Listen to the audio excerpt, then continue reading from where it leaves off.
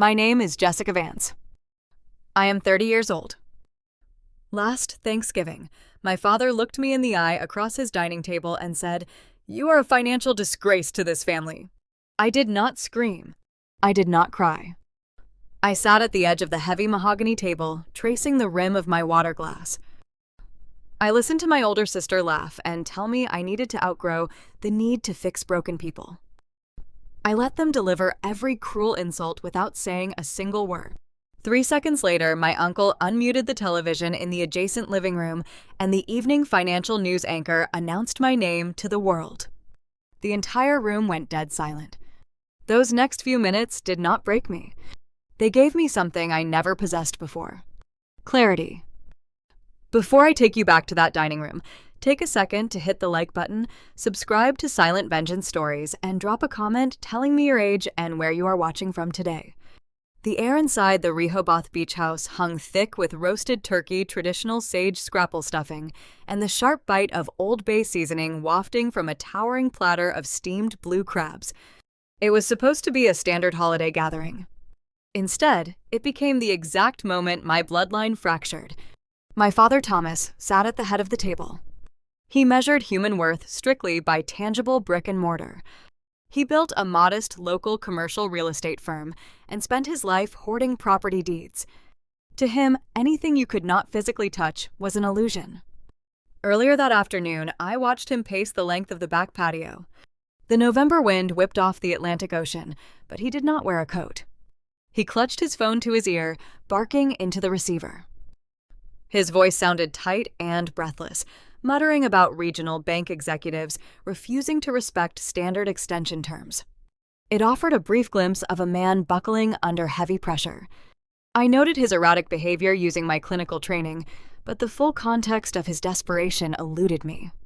When we sat down for dinner, he redirected that simmering internal tension straight across the table at me. Thomas cracked a blue crab claw with silver tongs. The shell snapped with a loud crack, echoing over the ambient family chatter. He laid the meat aside and leaned forward, making it a point to mock my career, ensuring every relative at the table heard him. I worked as a licensed clinical therapist operating out of a small rented office in Wilmington. He framed my profession as a naive charity project. Listening to sad people process trauma for an hourly rate was a cute hobby, not a livelihood. My older sister Sarah sat across from me, swirling her Pinot Noir. She adjusted her diamond tennis bracelet, catching the light from the chandelier. She offered a patronizing sigh, telling me Dad was just being a realist. She pointed out my single status and my modest walk-up apartment, suggesting I needed to stop wasting my youth on hopeless causes. The heat flushed up my neck, burning my cheeks. I kept my gaze locked on my porcelain plate, biting the inside of my cheek until I tasted copper. I spent years analyzing family dynamics, yet sitting in that chair, surrounded by my own relatives. I was reduced to a silent teenager, taking a reprimand. Before Thomas could launch into another punishing lecture, my uncle reached for the television remote. He switched the channel to a financial news network, turning the volume up to catch the evening market wrap-up. A female anchor appeared on the screen, leaning over her news desk. Her voice carried clearly over the dining table, cutting through the clinking of silverware.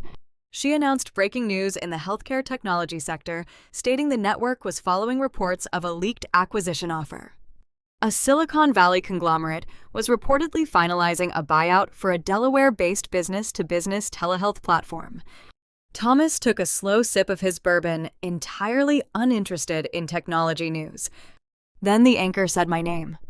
She identified founder and chief executive officer Jessica Vance.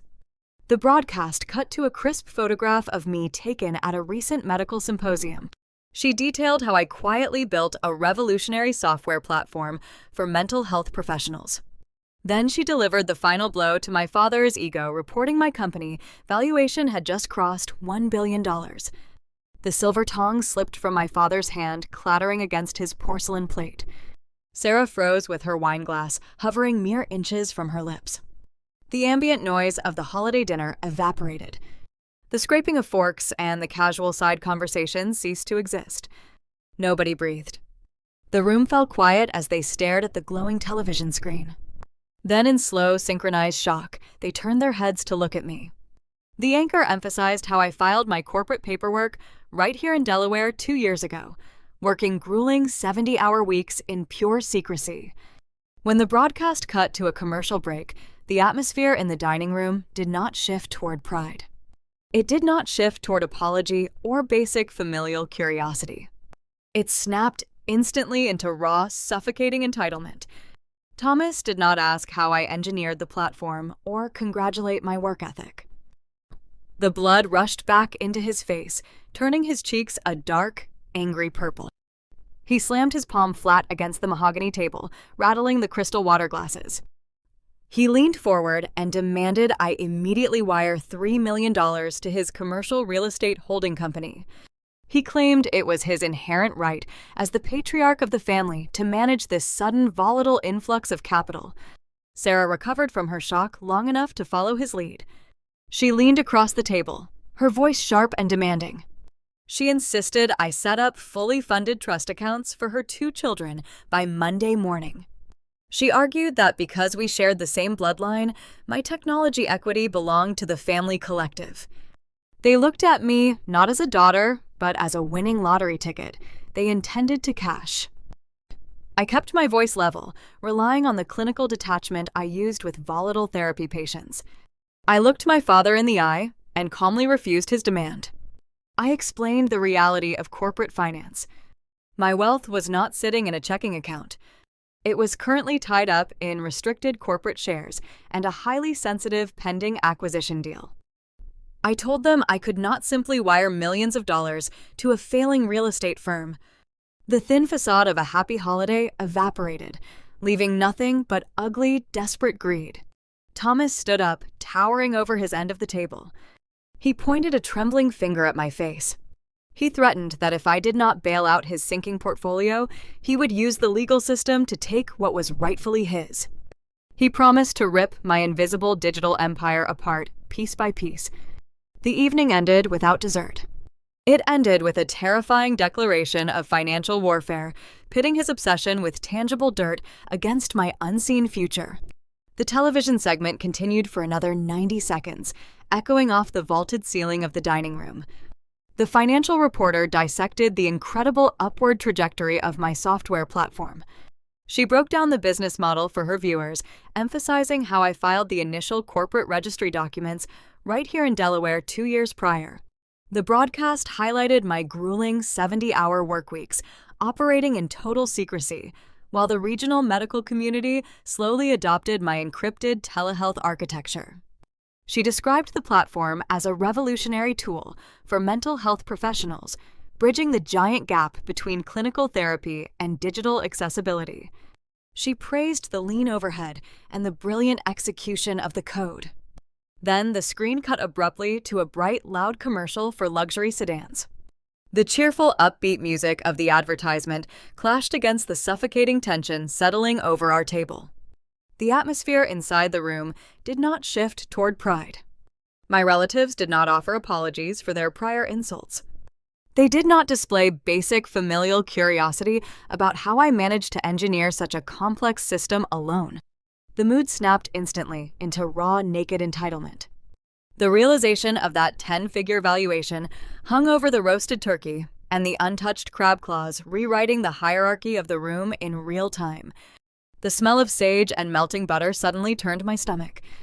The silence stretched out thick and oppressive. Thomas stared at the glowing television screen for a long moment. The gears in his head calculated the numbers processing the sheer magnitude of $1 billion. He did not ask about the late nights I spent coding or the endless pitch meetings I survived. The blood rushed back into his face, turning his weathered cheeks a dark purple hue. He brought his heavy, calloused palm down hard on the mahogany wood. The impact rattled the crystal water glasses and caused the silver forks to jump. He leaned forward, locking his cold eyes on mine. He did not ask for a favor or propose a business partnership. He issued a direct, unapologetic command. He demanded I wire $3 million to his primary commercial real estate holding company by the next business morning. He claimed it was his inherent right as the patriarch to manage this sudden volatile influx of capital. In his mind, my success was merely an extension of his lineage. He spoke with the unearned authority of a man who believed he owned everything his children produced. He framed the demand as a necessary family tax, insisting that a young, unmarried woman lacked the financial fortitude to handle that level of corporate wealth. He told the table that my invisible tech money needed to be anchored in his real estate portfolio to make it legitimate. Sarah recovered from her initial shock just long enough to follow his lead. She leaned across the table, pushing her half-eaten plate of food aside. Her voice turned sharp, losing the soft, patronizing tone she used earlier. She demanded I establish fully funded trust accounts for her 2 children by the end of the week. She argued that because we shared the same bloodline, my technology equity belonged to the family collective.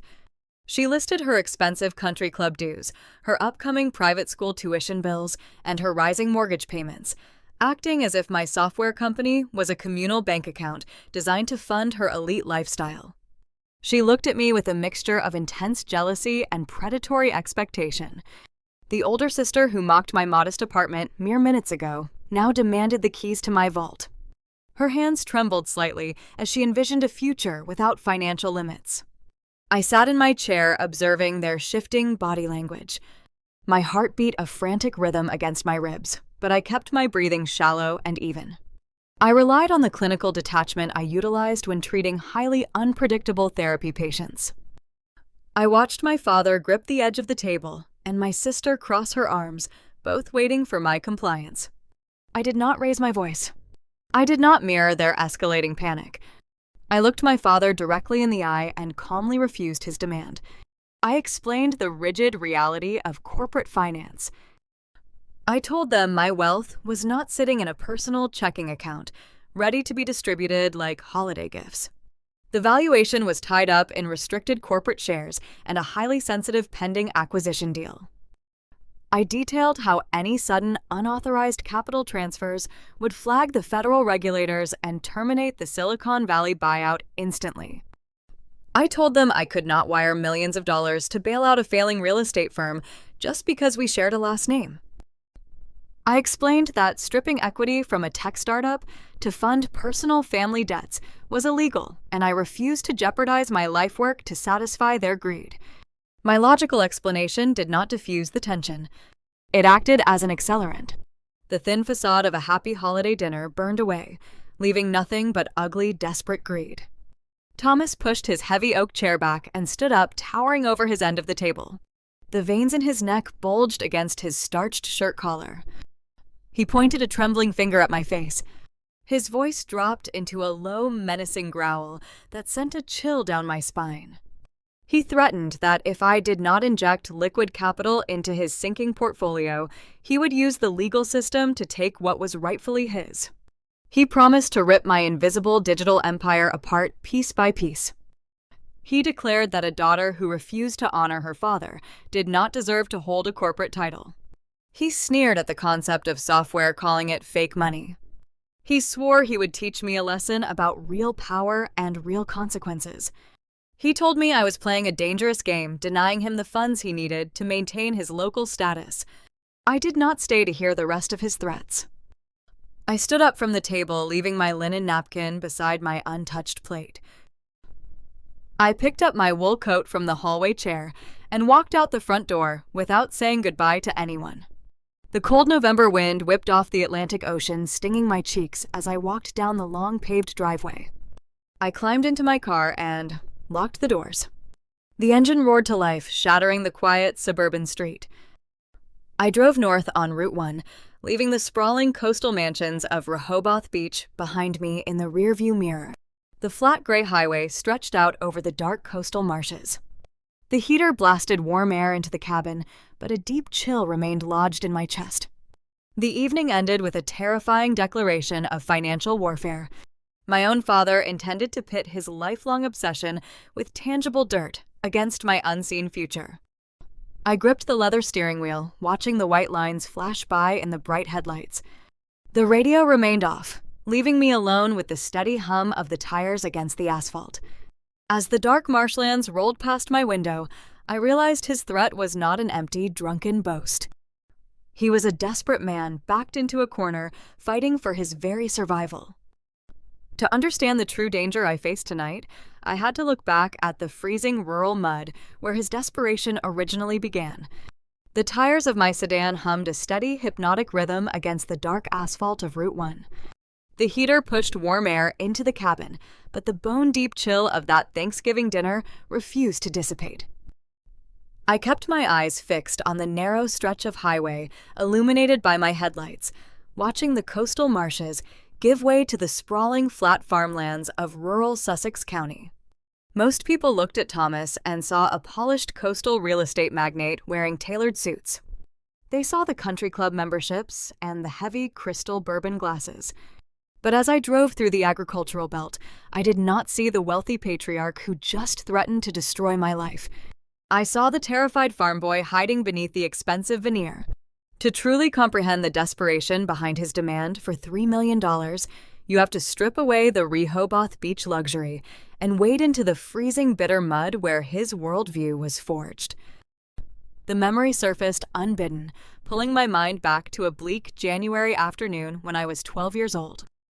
The sky that day hung low and heavy, bruised with the promise of a severe winter storm. Thomas pulled me out of middle school early, offering no explanation to the confused front office staff. He ordered me into the passenger seat of his pickup truck and drove us deep into the rural interior of the state. The heater in the truck was broken, blowing only lukewarm air over my freezing hands. I sat shivering in my thin wool coat, watching the paved roads turn into cracked asphalt and eventually dissolve into deeply rutted dirt paths. We drove in tense silence for nearly an hour before he slammed the truck into park outside a barren lot. We stepped out into a relentless driving rain. The freezing precipitation stung my cheeks like shattered glass soaking through my clothes. My canvas sneakers sank instantly into the thick, sucking mud of a desolate, overgrown lot. Standing before us was an abandoned, decrepit farmhouse. The structure leaned dangerously to one side, its foundation compromised by years of harsh weather. The wooden porch was rotting, sagging inward under the weight of the decaying roof. Smashed glass from the front windows littered the dead brown grass, reflecting the gray sky. A faded yellow foreclosure notice was stapled to the front door, fluttering wildly in the harsh wind. Thomas did not look at the house with pity. He stared at the decaying structure with a dark primal intensity. His jaw clenched so tight the muscles twitched beneath his skin. He reached out and grabbed my shoulder, turning me to face the ruin. His grip was tight enough to bruise, pressing right through the thick layers of my winter coat. The rain dripped from his brow, mixing with tears he refused to acknowledge. He pointed a rigid finger at the rotting porch, instructing me to look closely at the outcome of weakness. He told me never to build a life on rented dirt. His voice trembled, cutting through the howling wind, carrying a weight I was too young to fully digest. He explained that a man without land is a man waiting to be erased by the stroke of a pen. He leaned down until he was eye level with me. He stated that he who holds the deed holds the power. The bank owned that rotting porch, and the bank owned the ghosts of the people who used to sleep inside. That decaying property was the exact farm where he spent his childhood. Thomas was raised by a strict, unyielding Dutch immigrant family who believed grueling physical labor was the sole path to salvation. They worked the harsh coastal soil from dawn until dusk, trying to coax a living out of the flat plains. Sheer willpower cannot stop a drought. During a catastrophic multi-year crop failure, the mounting debt consumed them. Thomas watched the regional bank executives drive up the gravel path in clean, warm cars, holding immaculate white paperwork. He watched those men legally steal his childhood home without breaking a sweat. His father, a proud, stubborn immigrant, was reduced to a sobbing, broken shell, standing in the driveway, while the county sheriff locked their front door. For my father, poverty was never just an abstract concept. Poverty was a lingering, severe physical trauma that rewired his brain.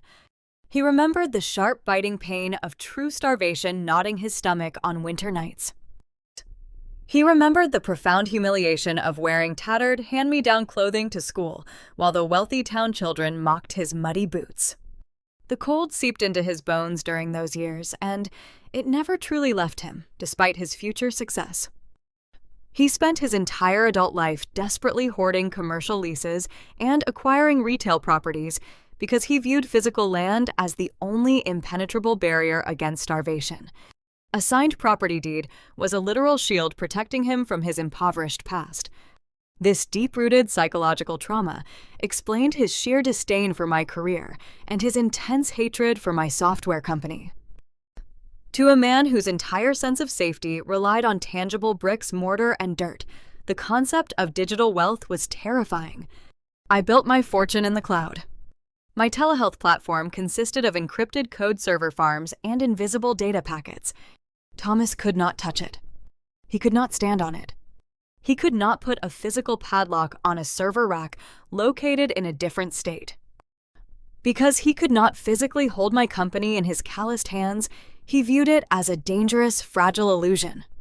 In his mind, anything that existed on a glowing screen could vanish just as quickly as a bad crop yield, leaving you with nothing but empty air. Applying this clinical perspective to the dining room confrontation shifted the entire dynamic of his threat.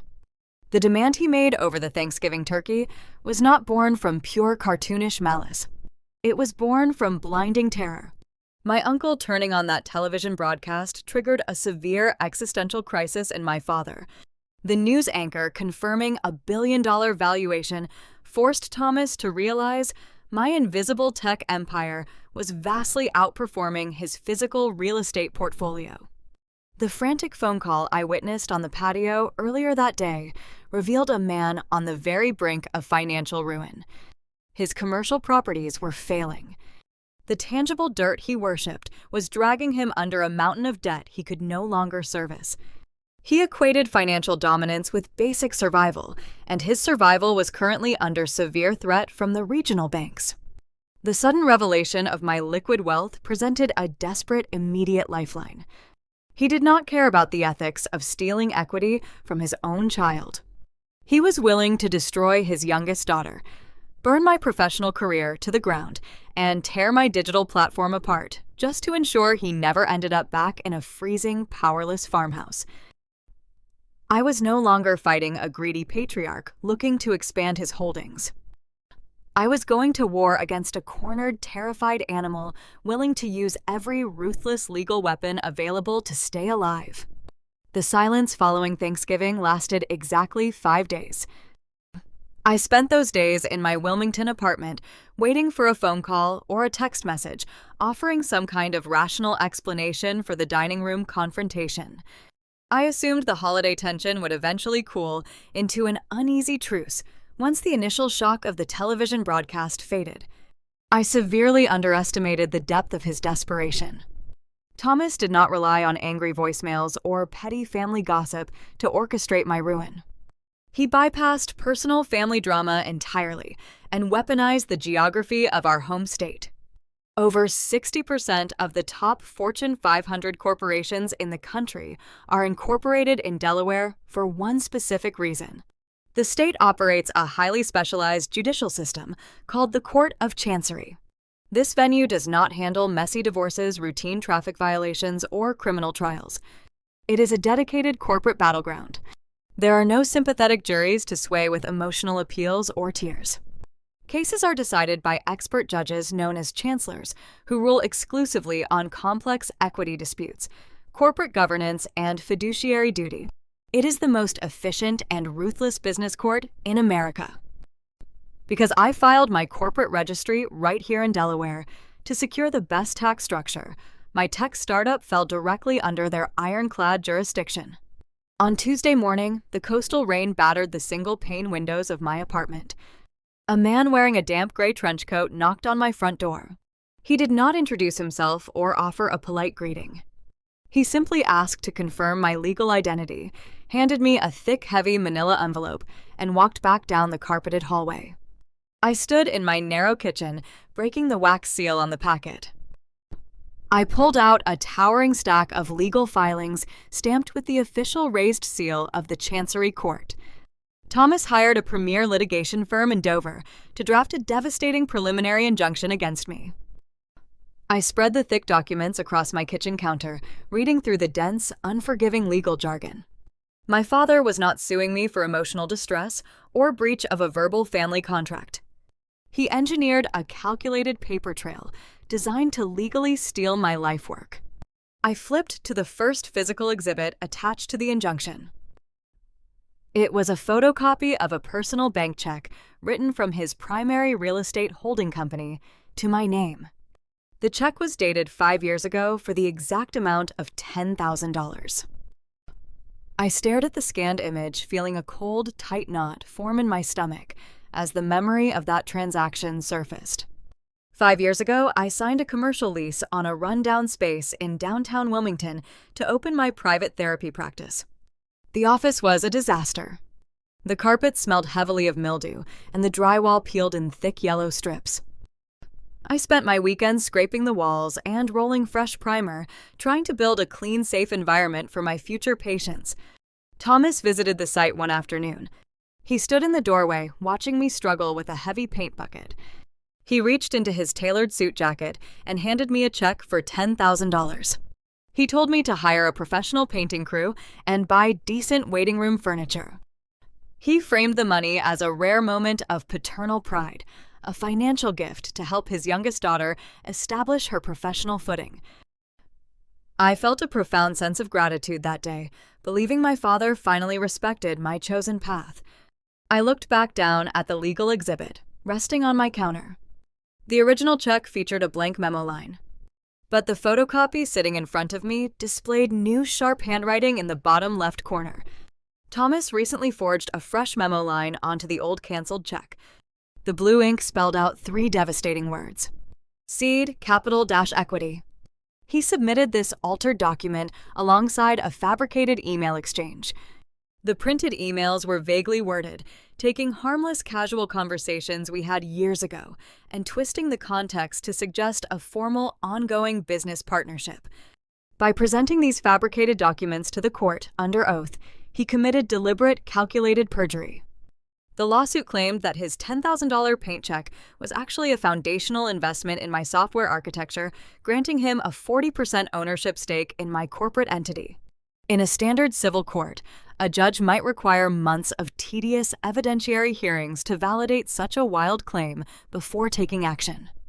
But the Court of Chancery operates on a different mandate. When a plaintiff presents documented evidence of an equity dispute, the chancellors prioritize the preservation of the corporate status quo. They will not allow a disputed company to be sold, dissolved, or merged while the true ownership remains in question. The judge assigned to the docket reviewed the forged check and the fabricated emails. Within hours of the initial filing, he signed the preliminary injunction. The judicial order placed an immediate hard freeze on my entire capitalization table. The mandate was strict and uncompromising. I was legally barred from selling, transferring, or modifying a single share of my own company until the lawsuit reached a final resolution. The timing of his legal strike was fatal. I was less than 3 weeks away from closing the lucrative acquisition deal with the Silicon Valley conglomerate. The term sheets were drafted. The final payout valuations were verified. We were merely waiting for the closing signatures. But sophisticated technology buyers do not operate in a vacuum. Their high-priced legal teams utilize automated software to monitor the Delaware court dockets for any sudden liabilities involving their acquisition targets. My cell phone rang less than an hour after I opened the manila envelope. It was the lead acquiring counsel calling from California. The tone of his voice lacked the warm, eager energy he displayed during our previous negotiations. He spoke with the sterile, distant cadence of a corporate risk management officer. He informed me that their automated systems flagged the Chancery injunction this morning. A 40% equity dispute, filed by a direct family member, represented an unacceptable level of liability for their shareholders. He did not accuse me of hiding the dispute, but he made their position crystal clear. The venture capital firm was formally suspending the buyout indefinitely. The term sheet was placed on ice. They would not move forward with the acquisition until the Delaware injunction was dismissed with prejudice, and my capitalization table was cleared of all encumbrances. The call lasted less than 4 minutes. When the line went dead, I realized the true genius of my father's maneuver. Thomas knew he did not need to win a trial to destroy me. He only needed to stall my momentum. Corporate litigation in the Court of Chancery can take several grueling months to reach a final verdict. During that time, I would be forced to hire my own elite defense attorneys, billing hundreds of dollars per hour just to read his fabricated evidence. I bootstrapped my software company, keeping my overhead incredibly lean so I could reinvest every dollar back into the code. I did not possess a war chest of liquid cash to fund a prolonged legal battle. My wealth existed entirely on paper locked inside the frozen corporate shares. My father trapped me in a tedious, financially draining legal quagmire. He used the geography of our state and the rigid rules of corporate law to build an impenetrable cage around my digital empire. The billion-dollar exit I worked so hard to achieve was paralyzed, hovering just out of reach behind a wall of bureaucratic red tape. The sting of the forgery, the betrayal of that 5-year-old paint check, and the sudden suspension of my life-changing buyout collided in my chest. The clinical detachment I relied upon during the Thanksgiving dinner began to fracture, leaving me alone in my kitchen staring at a mountain of fraudulent paperwork. The dial tone hummed in my ear for a few seconds before the line disconnected. I lowered the cell phone slowly, resting my hand against the cool edge of the kitchen counter. The California Acquisition Council was gone. The billion-dollar term sheet was suspended in a state of indefinite purgatory. I did not handle this legal strike with stoic, cinematic grace. Popular media conditions us to expect business founders to possess an unwavering armor of resilience. We watch fictional characters receive devastating news stand tall and instantly formulate a brilliant, calculated counterattack. Reality is much uglier. Reality is a cold Wilmington apartment smelling of old rain and stale coffee, while a stack of forged legal documents mocks your life work. My phone vibrated against the granite countertop, startling me. The caller identification displayed the name of my own corporate attorney, hired just a year prior to draft my standard user agreements. I answered the call, pressing the speaker button. He spoke in a rapid, clipped cadence, stripping all human empathy from his delivery. He confirmed the brutal truth I just heard from the venture capital firm. The Delaware Court of Chancery operates with mechanical efficiency, and the Chancellor granted Thomas his preliminary injunction without hesitation. My lawyer began reading the specific statutes detailing the hard freeze on my capitalization table. He used dry clinical terminology explaining the lengthy discovery timeline and the exorbitant retainer fees required to litigate a forged equity claim. I stood in the narrow galley kitchen, holding a cheap white ceramic coffee mug in my free hand. The mug was half full of lukewarm black coffee left over from the morning. I stared blankly at the peeling paint on the cabinet door, listening to the lawyer list the various depositions we needed to schedule. My chest began to tighten, constricting my airways. A sharp, stinging heat gathered behind my eyes. For years, I taught my therapy patients how to compartmentalize their trauma and process their anxiety using controlled breathing techniques. I instructed them to identify 5 things they could see and 4 things they could touch to ground themselves during a panic attack. I spent countless hours in my downtown office, guiding trauma survivors through their darkest emotional valleys. But standing in my own kitchen, none of that academic knowledge offered any protection. The legal jargon buzzed in my ear, blending with the relentless drumming of the rain against the window pane. The attorney droned on about filing a motion to expedite the hearing, warning me that it could still take several months to get a courtroom date. The crushing weight of the situation fractured my professional detachment. A raw, blinding wave of frustration washed over my rational mind. I did not want to hear another statute. I did not want to schedule a deposition or discuss hourly billing rates. I squeezed the handle of the ceramic mug until my fingers ached and my knuckles turned white.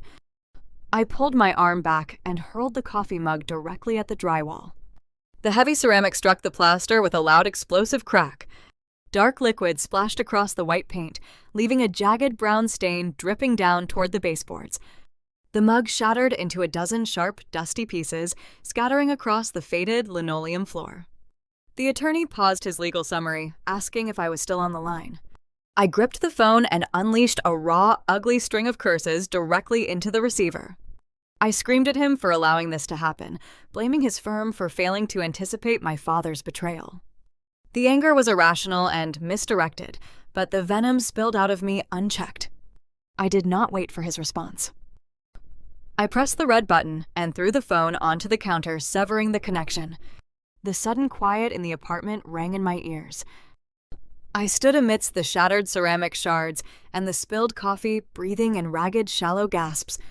The adrenaline spike faded just as fast as it arrived, leaving behind a hollow, exhausting emptiness. My legs gave out. I slid down the front of the wooden cabinets, collapsing onto the cold linoleum floor. I pulled my knees tight to my chest, wrapping my arms around my shins.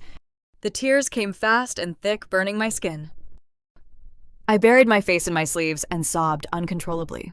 The physical breakdown was not just a reaction to the frozen acquisition. Losing $1 billion deal was a terrifying prospect, but the money was only a secondary component of the pain. The true source of the agony tearing through my chest was a profound, suffocating grief. It was the devastating realization that my father hated me enough to destroy my future just to secure a payout. I spent my entire childhood trying to earn a fraction of his respect.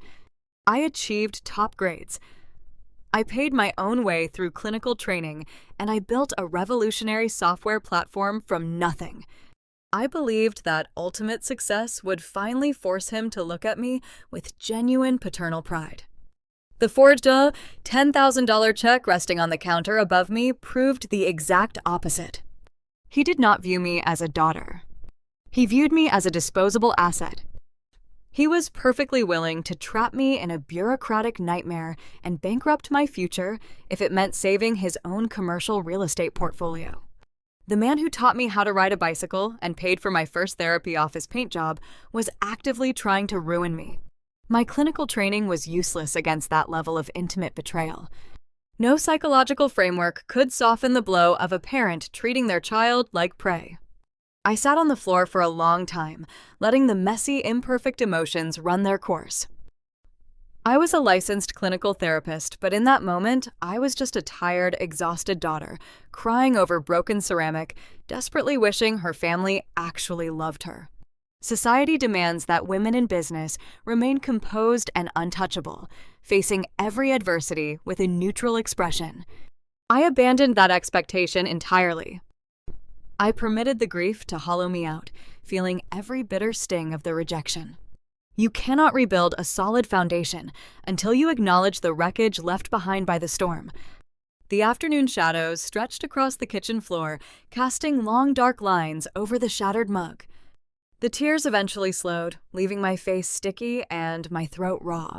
The sobbing subsided into quiet, heavy breaths. I rested my head against the wooden cabinet, feeling the cold linoleum press into my skin. I reached the lowest emotional depth of the betrayal, hitting the concrete bottom of the descent. The Chancery lawsuit froze my corporate shares and paralyzed the Silicon Valley buyout. My father successfully trapped me in a legal cage. Staying on the floor was not an option. Acknowledging the grief was a necessary step, but indulging in permanent victimhood meant handing Thomas the victory. I uncurled my legs and placed my hands flat against the cold floor, pushing myself upright. I grabbed a roll of paper towels and began wiping the spilled coffee off the drywall, picking up the sharp ceramic pieces one by one. The emotional purge cleared the blinding panic from my mind, leaving a cold, sharp clarity in its wake. The legal battle in the Delaware court would require time capital and meticulous strategy. I needed to formulate a defense plan that relied on facts rather than familial hope. I tossed the broken shards into the trash bin, preparing to face my father in a courtroom. I did not know my older sister was already plotting a secondary attack designed to strip away the only career I had left. Following my emotional purge on the kitchen floor, I gathered whatever fragmented resolve I possessed. I emptied my personal savings account and liquidated my meager retirement portfolio to retain a premier corporate defense litigator located in downtown Wilmington. My new legal team swiftly filed a sharp countermotion in the Court of Chancery, formally challenging the authenticity of the forged $10,000 check. The initial flurry of paperwork created a brief illusion of control. I falsely believed the battle lines were drawn and contained strictly within the mahogany walls of the courtroom. I severely underestimated the predatory cunning of my own family. My older sister Sarah always operated with a different set of weapons than our father. Thomas favored blunt force and overt financial intimidation, utilizing lawsuits and loud threats to get his way. Sarah preferred the quiet, devastating precision of social sabotage. She married a prominent orthopedic surgeon and spent the last decade cultivating an immaculate reputation among the elite coastal society of Dewey Beach. She orchestrated charity galas and hosted exclusive country club luncheons, wielding her social influence like a polished scalpel. She understood a fundamental reality about the Delaware corporate justice system that our father ignored. Chancery litigation moves at a glacial pace. A complex equity dispute could easily linger in the discovery phase for years before a chancellor rendered a final verdict. Sarah lacked the patience for a prolonged legal war. She desired a rapid extraction of wealth to fund her lavish lifestyle. Recognizing my corporate defense was hardening. She pivoted her strategy and aimed a dagger directly at the unprotected foundation of my professional identity. 3 days after the Chancery injunction froze my corporate shares, a postal worker knocked on my apartment door holding a certified letter requiring a direct signature. The thick white envelope bore the official embossed seal of the state of Delaware. I tore the paper open, expecting another tedious motion from my father's attorney. Instead, I pulled out a formal notice of investigation issued by the Delaware Board of Mental Health and Chemical Dependency Professionals. The stark black text on the official letterhead outlined a nightmare scenario that made the corporate lawsuit look like a minor inconvenience. Someone filed a series of highly detailed anonymous complaints against my private clinical practice. The official grievances bypassed standard patient dissatisfaction and targeted my core ethical integrity. The anonymous author falsely alleged that I was utilizing my vulnerable therapy patients as unauthorized beta testers for my new software platform. The documents accused me of integrating untested experimental digital diagnostic tools and automated behavioral tracking algorithms into real clinical sessions without obtaining the mandated informed consent from the individuals seeking treatment. The complaints painted a horrific picture of a greedy tech founder prioritizing corporate data collection over the psychological well-being of her patients. It was a scorched earth tactic designed to trigger an immediate suspension of my professional livelihood. The allegations were breathtaking in their cruelty. My clinical license represented the bedrock of my entire existence. It required years of grueling academic study, thousands of supervised clinical hours, treating severe trauma, and passing rigorous state board examinations to earn that credential. I built my identity around the ethical oath I took to protect the people who sat on my therapy couch. I worked with domestic abuse survivors, veterans managing post-traumatic stress, and individuals battling severe, debilitating anxiety. The therapeutic relationship relies entirely on unshakable trust and strict confidentiality. The mere suggestion that I exploited that sacred trust to refine a software product or feed data into a corporate algorithm was a profound insult to everything I valued as a healer. Furthermore, that specific medical credential served as the core marketing pillar of my entire telehealth platform. The Silicon Valley investors initially pursued the billion-dollar buyout, specifically because a licensed practicing therapist designed the code to uphold the highest standards of medical ethics. The software succeeded because it prioritized patient privacy above all else. If the state licensing board revoked my credential, the software would instantly lose all legitimacy in the healthcare sector. Hospitals and clinics would refuse to purchase a system built by a disgraced practitioner. The code would become worthless overnight, reducing a billion-dollar valuation to zero.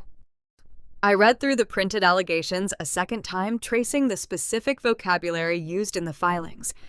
The complaints were submitted anonymously, but the precise language betrayed the author. The documents utilized highly specific medical billing terminology, clinical jargon, and cited obscure state healthcare statutes that a standard layperson would never know how to deploy. Sarah absorbed this exact language, spending a decade managing the administrative side of her husband's surgical practice. She tapped into her vast network of local medical connections to submit the grievances, masking her true identity behind professional proxies. She leveraged her status as a surgeon's wife to grant the anonymous tips an unearned weight of credibility, ensuring the state board took the accusations seriously without demanding immediate proof. My own sister was actively trying to burn my entire career to the ground. She knew the medical board was obligated to launch a formal inquiry the moment they received complaints containing such specific clinical language.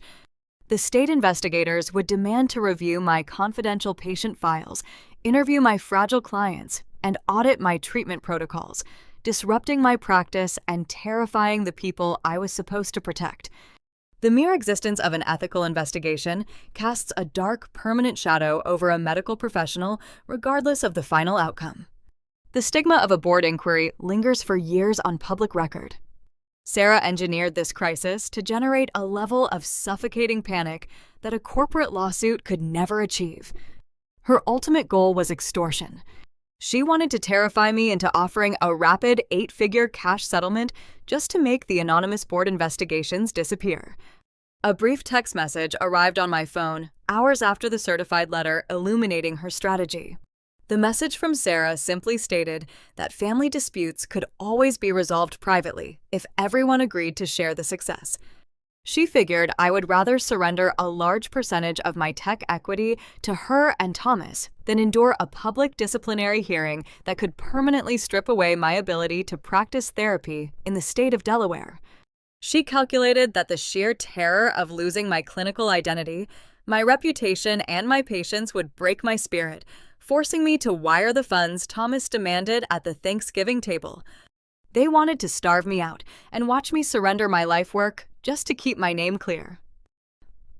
I stood by the window holding the state board notification, feeling a cold, calculating anger replace the grief from the previous day.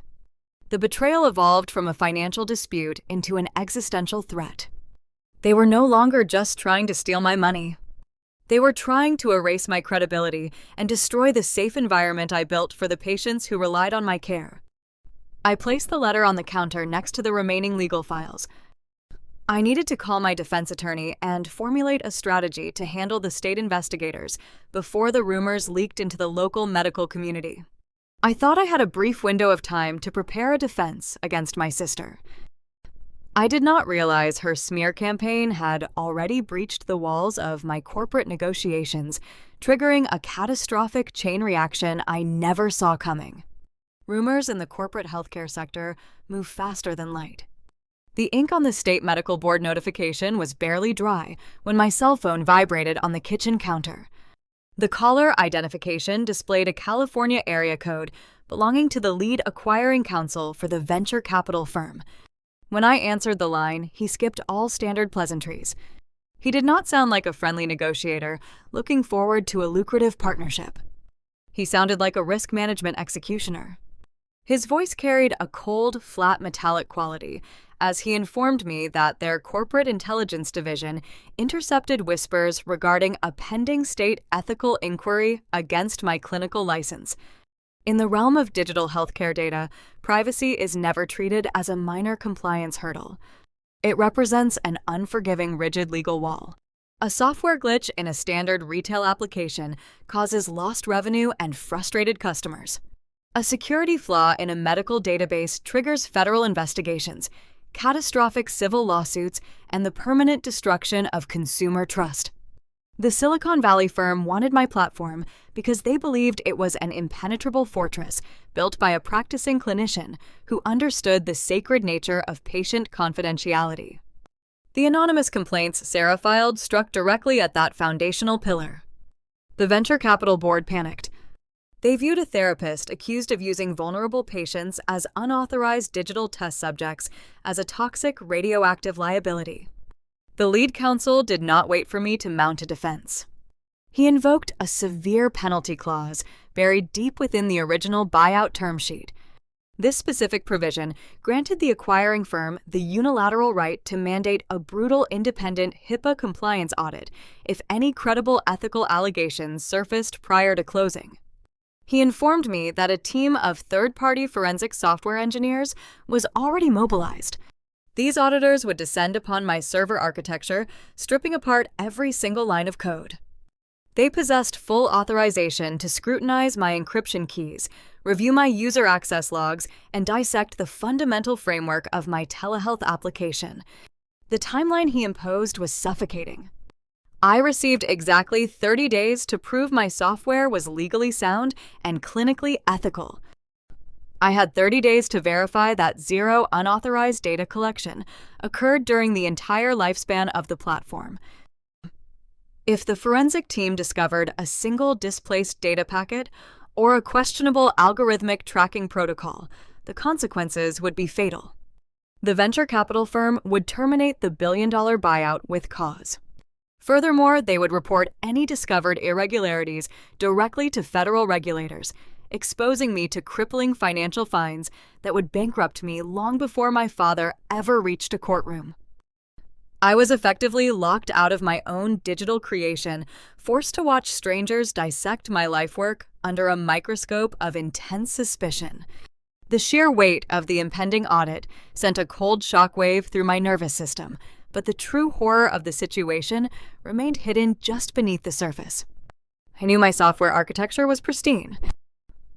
I coded the privacy parameters myself, ensuring military-grade encryption safeguarded every therapy session hosted on the platform.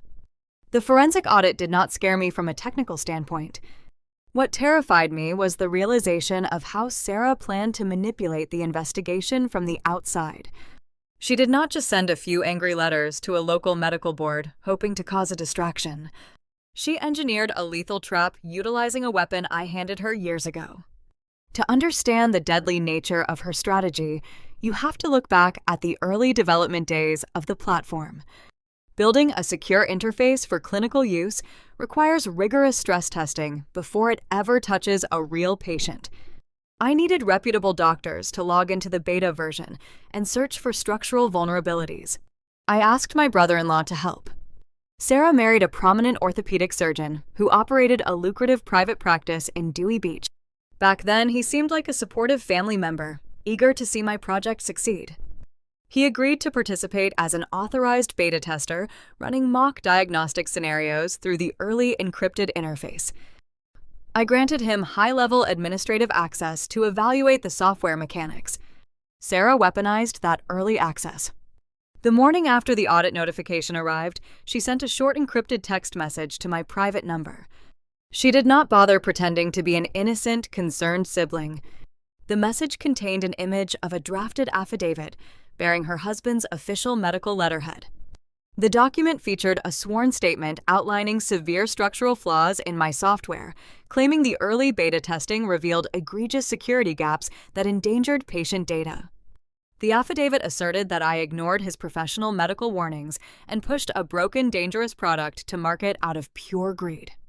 A respected orthopedic surgeon stepping forward as a whistleblower carries devastating weight.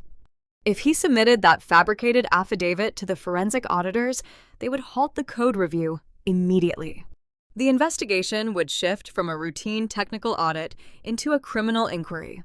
The auditors would inherently trust the sworn word of a wealthy, prominent surgeon over a young therapist desperately trying to save a corporate buyout. Sarah held the smoking gun. She possessed the power to validate her own anonymous medical board complaints by using her husband's esteemed credentials as the ultimate proof of my guilt. Her text message concluded with a quiet, ruthless ultimatum. She demanded I sign over the requested corporate equity to her and Thomas settling the Chancery lawsuit immediately. If I surrendered the wealth, her husband would destroy the affidavit and refuse to speak with the state investigators or the Silicon Valley auditors. If I chose to fight, he would testify that my platform was a privacy nightmare built on negligent code. She placed a loaded gun to the head of my professional identity and told me to empty my pockets. I sat on my sofa, staring at the glowing screen of my phone, feeling the physical sensation of a tightening vice grip. The walls of my reality were collapsing inward from 3 distinct directions. I had to defend a complex corporate lawsuit against my father in the Delaware Court of Chancery, while my equity remained frozen.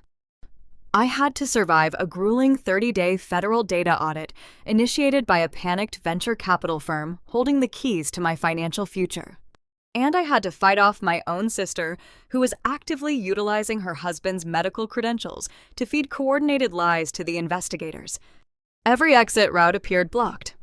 If I fought Thomas in court, the audit would fail due to the whistleblower testimony. If I survived the audit by paying off my sister, my father would claim the remaining equity as his own, through the injunction. They coordinated their strikes with predatory precision, utilizing my own past trust against me. The 5-year-old paint check served as the anchor holding me in place, while the beta testing access served as the blade cutting my lifeline. They viewed my resistance at the Thanksgiving table as a challenge, and their response was designed to ensure total submission. The clinical training I relied on to manage my emotions warned me against fighting a defensive war on multiple fronts. A cornered individual wastes vital energy reacting to every strike, eventually succumbing to exhaustion. I could not outrun the corporate lawyers, the federal auditors, and a respected surgeon simultaneously. Direct confrontation would only accelerate the destruction of my digital empire. To survive this onslaught, I needed to alter the rules of engagement. I needed to convince the predators that their trap worked perfectly. I had to fake total weakness, offering them a mirage of victory to buy the precious time required to dismantle their foundation from the inside out.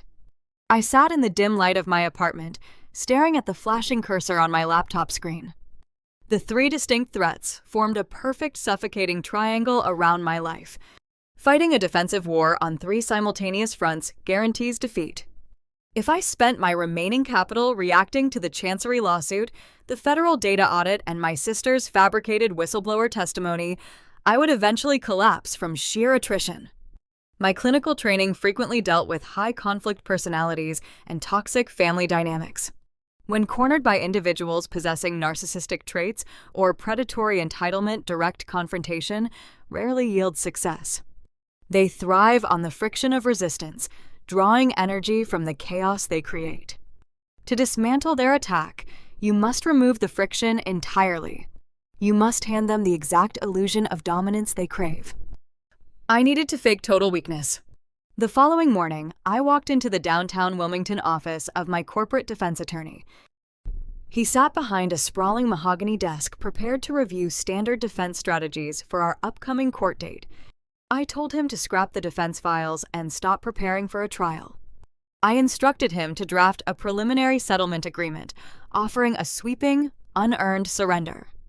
He looked at me as if I had lost my grip on reality, warning me that conceding equity at this early stage would legitimize my father's forged check. I ignored his cautious legal advice and dictated the exact terms of my fabricated defeat. The document needed to look flawless, bearing all the standard hallmarks of a desperate capitulation. I structured the bogus settlement to specifically address the weapons my family engineered against me. The drafted text explicitly stated that due to the extreme financial risks associated with the impending independent compliance audit, I was willing to surrender 20% of my corporate capitalization table. I directed 10% of those shares to the primary real estate holding company owned by Thomas. I directed the remaining 10% to a newly formed trust fund designated for the children of my sister Sarah. I included strict confidentiality clauses demanding the immediate retraction of the state medical board complaints and the physical destruction of her husband's sworn whistleblower affidavit. By citing the Federal Code Review as the primary catalyst for my sudden surrender, I validated their extortion strategy. I wanted them to read the contract and believe their coordinated strikes broke my spirit. A formal settlement offer sent directly from opposing counsel often triggers immediate suspicion. Predatory individuals expect a hidden trap when a prize is handed to them too easily. I needed the document to arrive through an avenue of perceived incompetence rather than formal negotiation. I crafted a fake internal email chain between myself and my attorney. In the text of the email, I played the role of a terrified, exhausted founder, begging her lawyer to finalize the surrender before the Silicon Valley investors discovered the whistleblower affidavit. Then, using a fresh digital address designed to mimic a junior paralegal at the firm, I forwarded the entire chain to the litigation attorney representing my sister. I attached the PDF draft and typed a brief, frantic message, pretending the email was meant for a senior partner. It was a calculated digital slip of the hand. I pressed the send key and watched the progress bar disappear into the ether. The trap was officially set in motion. To sell the deception, my defense attorney ignored phone calls from their legal team for the next 48 hours, simulating a frantic internal panic over the leaked document. The radio silence served as the perfect fertilizer for their arrogance. They possessed the leaked email, the desperate settlement draft, and the confirmation that their psychological warfare was tearing my defenses apart. They took the diversionary bait without a single moment of hesitation. News travels rapidly through the tight-knit coastal social circles of Sussex County. By Friday evening, my phone buzzed with a text message from a mutual acquaintance who managed an upscale seafood restaurant in Rehoboth Beach. She detailed a scene of lavish, unrestrained celebration unfolding in her private dining room. Thomas and Sarah reserved the largest corner table, ordering imported caviar and requesting the most expensive vintage champagne available in the cellar. My father spent the evening holding court, loudly boasting to his dinner guests about a monumental impending corporate acquisition that would secure their legacy for generations. My sister sat beside him, projecting the radiant, smug confidence of a woman who just secured her elite status. She laughed, drank, and accepted early congratulations for her brilliant negotiation skills. They were toasting to their own genius, convinced they had outmaneuvered a Silicon Valley tech firm and successfully bullied a licensed therapist into submission. Their shared fatal flaw was a deeply ingrained generational arrogance. They viewed me as soft because I chose a profession focused on empathy healing and listening rather than ruthless physical commerce. They equated emotional intelligence with inherent weakness, assuming I lacked the stomach for a protracted, ugly war. While they raised crystal flutes to my imagined downfall, they dropped their guard entirely. They stopped pressing the state medical board for updates regarding the ethical inquiry. They halted the preparation of the whistleblower affidavit, believing the threat alone achieved the desired result. They assumed the war was over, and all that remained was the signing of the final binding paperwork on Monday morning. They were unaware that the leaked settlement draft was nothing more than a hollow stalling tactic. I did not intend to sign away a single share of my life work. I surrendered a meaningless pawn to distract the king. The 72 hours of peace I purchased with that fake email were not spent crying in my apartment. I utilized every second of their drunken celebration to pivot from a defensive crouch into a lethal offensive strike. I knew my father was desperate, but I needed concrete proof of the mechanism driving that desperation. The brief, frantic phone call I witnessed on the Thanksgiving patio echoed in my mind. He was fighting regional banks, not just fighting me. To dismantle his chancery lawsuit, I needed to strike at the very heart of his real estate operation. As Thomas poured another round of champagne on the coast, I sat in the dim light of my living room, tracing the behavioral patterns of his past, preparing to dig into the dirt he valued above all else. The morning sun broke through the gray coastal clouds, casting long, sharp shadows across the highway as I drove south toward Sussex County. I did not possess a degree in forensic accounting, nor did I hold any certifications in corporate finance. Popular media portrays financial investigations as rapid keyboard typing and scrolling digital numbers on a glowing monitor, while a team of experts cracks a firewall. My approach relied on a much older and far more reliable discipline. I navigated the world through behavioral psychology. Human beings are predictable creatures of habit. When placed under extreme duress, people rarely invent new survival strategies. They retreat to familiar patterns. They fall back on the specific defensive mechanisms that kept them safe in the past. My father was a creature of intense, unyielding habit. I reviewed the memory of the Thanksgiving patio incident, playing it back in my mind like a clinical recording. Thomas paced the concrete, clutching his phone to his ear. His voice carried a tight, breathy quality. He cursed the regional bank executives for ignoring standard extension terms. That specific physiological reaction indicated a severe loss of control. He was operating in a state of acute panic. Anger is frequently nothing more than fear, wearing a loud mask. I paired that recent observation with a deep dive into my childhood memories, searching for the blueprint of his deception. Years ago, my parents endured a turbulent, bitter phase in their marriage. During that period, Thomas actively concealed assets from my mother, preparing for a divorce that never materialized. Even as a young teenager, I noticed his distinct psychological tells. Thomas lacked creative imagination when he felt threatened. He drew inspiration strictly from his immediate physical surroundings.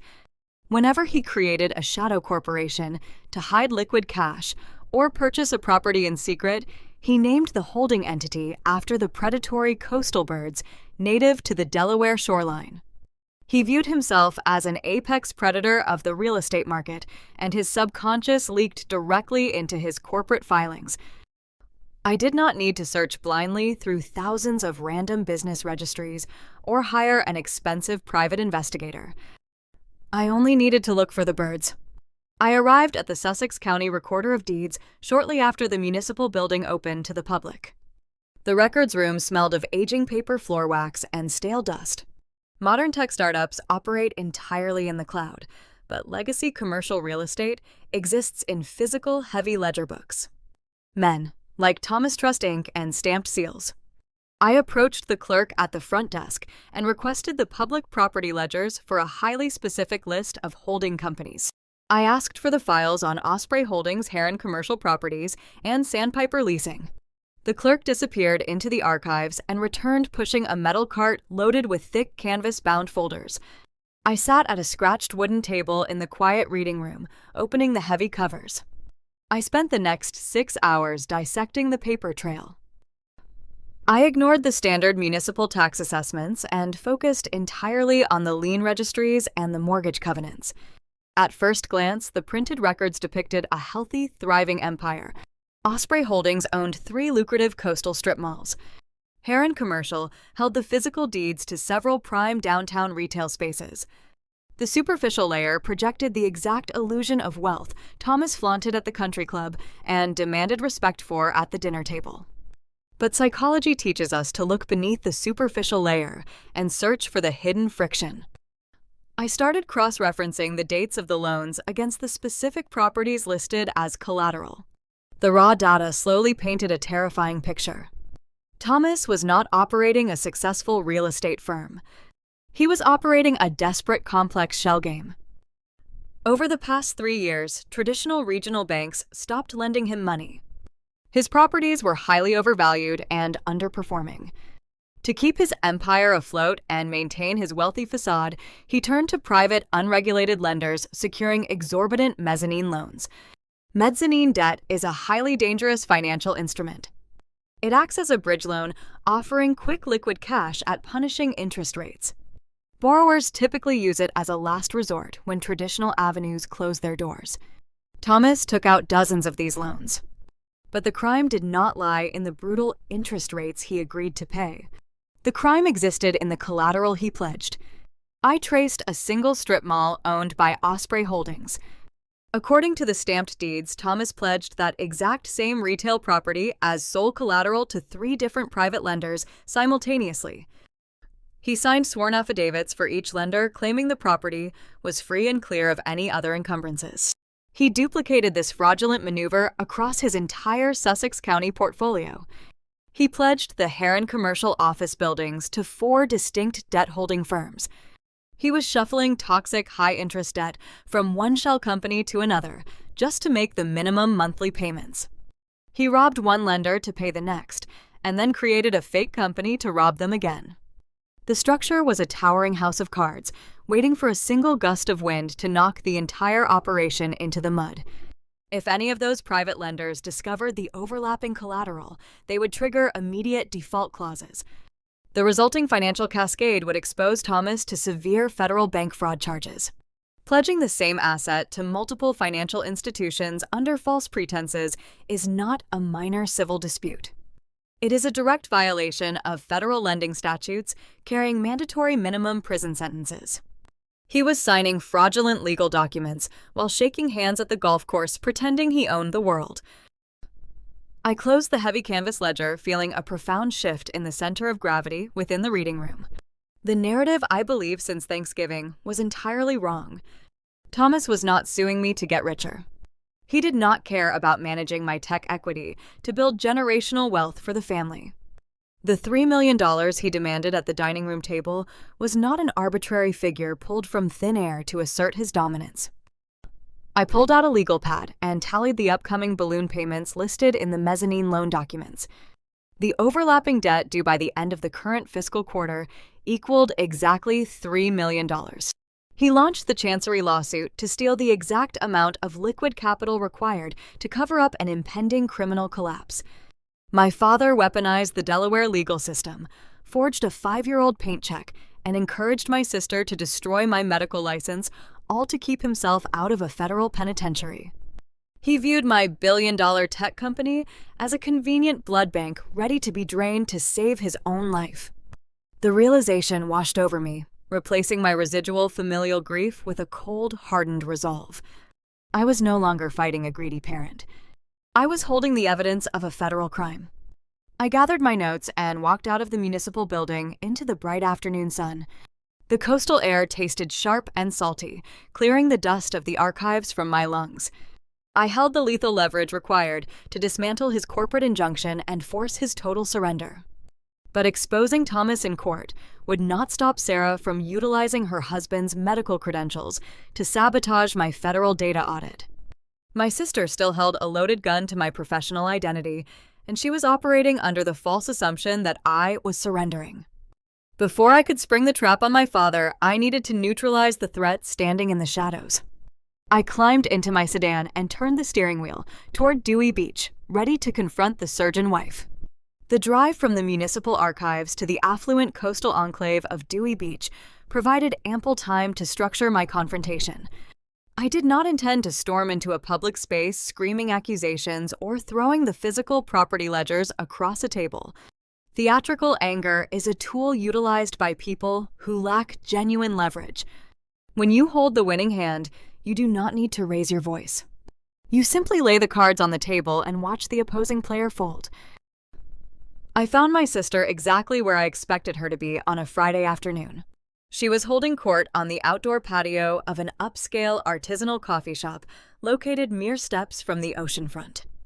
The establishment catered exclusively to the wealthy summer crowd and the affluent locals, featuring imported Italian espresso machines and minimalist teak furniture. Sarah sat at a corner table bathed in the afternoon sunlight, projecting the pristine image of a flawless surgeon wife. She wore a tailored linen blouse and a pair of oversized designer sunglasses, resting a quilted leather handbag on the empty chair beside her. She was sipping a sparkling water and laughing with 2 other women who shared her exact polished aesthetic. From a distance, she radiated invincibility. She looked like a woman who just secured her financial legacy and defeated a major Silicon Valley corporation. But my clinical training taught me to recognize the fragile scaffolding holding up that kind of performative perfection. Her posture was rigid. Her laugh arrived a fraction of a second too late, missing genuine warmth. She was playing a role terrified that the audience might notice the fraying seams of her costume. I approached the patio, keeping my footsteps measured and calm. I did not interrupt her conversation immediately. I stood near the edge of the teak decking, waiting for her to notice my arrival. When she finally turned her head, the artificial laughter died in her throat. Her 2 companions sensed the sudden drop in temperature and quickly gathered their belongings, muttering polite excuses about afternoon appointments. Within seconds, the table cleared, leaving only my sister and her pristine facade. I pulled back the empty chair and sat down across from her. I did not order a drink. Sarah adjusted her sunglasses, attempting to regain her superior footing. She assumed my presence signaled a white flag. She believed I drove all the way to Dewey Beach to negotiate the terms of the fake settlement draft I leaked to her attorney. She offered a tight, condescending smirk, asking if I finally found my senses and decided to sign the corporate equity over to the family. I leaned forward, resting my forearms against the smooth wooden table. I utilized my clinical therapy voice, keeping my tone incredibly flat, steady, and unbothered. I ignored her taunt about the settlement entirely. Instead, I recited a very specific list of Sussex County commercial holding companies.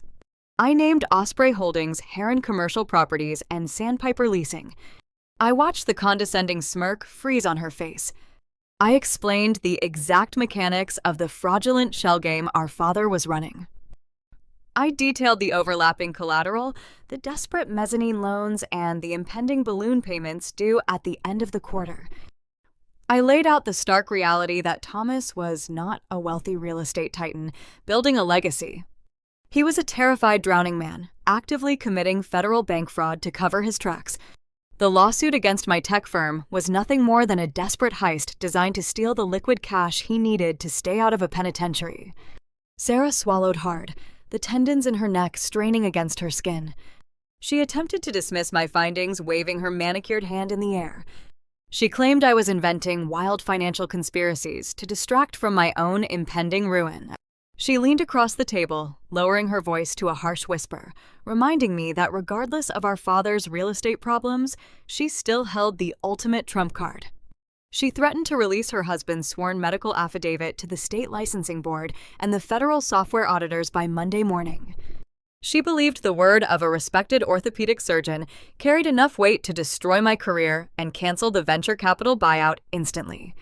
She anchored her entire extortion strategy to his pristine professional reputation. I allowed a long beat of quiet air to settle between us, letting her sit with her final threat. Then I backed her into an inescapable corner. I explained a fundamental reality of the Delaware legal system that her arrogant husband failed to consider. If he submitted a sworn affidavit condemning my software architecture, he officially transitioned from an anonymous critic into a hostile material witness. The moment he entered his testimony into the public record, my corporate defense attorneys gained the immediate unilateral right to launch a grueling, invasive discovery process into his personal credibility. I told her we would legally subpoena every single aspect of his life. I kept my voice low, ensuring the surrounding patio patrons could not hear the execution of her elite status.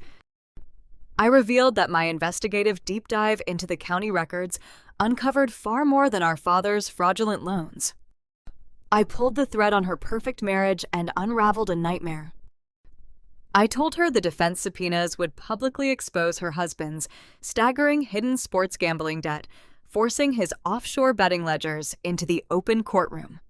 Furthermore, the discovery process would unearth the 3 separate medical malpractice settlements he quietly buried under strict non-disclosure agreements over the past 4 years. If he testified against my company, I would drag his gambling addiction and his surgical negligence into the glaring light of a federal courtroom, permanently destroying his medical license and his pristine coastal reputation. The elite, flawless facade shattered in an instant. The color drained from her face, leaving her skin a pale, sickly gray. Her hands began to shake uncontrollably, rattling the ice cubes in her glass. She pulled off her designer sunglasses, revealing eyes wide with raw, unadulterated panic. The woman who spent the last decade judging my modest apartment and mocking my clinical career suddenly crumbled under the weight of her own hidden rot. She pressed her palms against her face and began to weep. The tears ruined her expensive makeup, spilling over her trembling fingers. Through ragged, hyperventilating sobs, she confessed the terrifying truth she fought so hard to conceal. Her husband's surgical practice was bleeding cash due to his relentless gambling addiction. They were months behind on their own residential mortgage, facing the imminent loss of their country club membership and their luxury coastal home. She attacked my professional license and attempted to extort my tech equity out of pure, suffocating desperation. She was drowning in a sea of hidden debt and viewed my sudden corporate success as her only viable life raft. Have you ever discovered that the person judging you the harshest was actually drowning in their own secret failures? Tell me how you handled that realization in the comments. I sat across from her, watching the tears fall onto the teak table. A sharp, unexpected pang of pity flared in my chest. She was my older sister, and seeing her reduced to a shivering, broken mess triggered my natural instinct to offer comfort. But I quickly suppressed the empathetic urge. Pity is a dangerous luxury when you are fighting for your professional survival.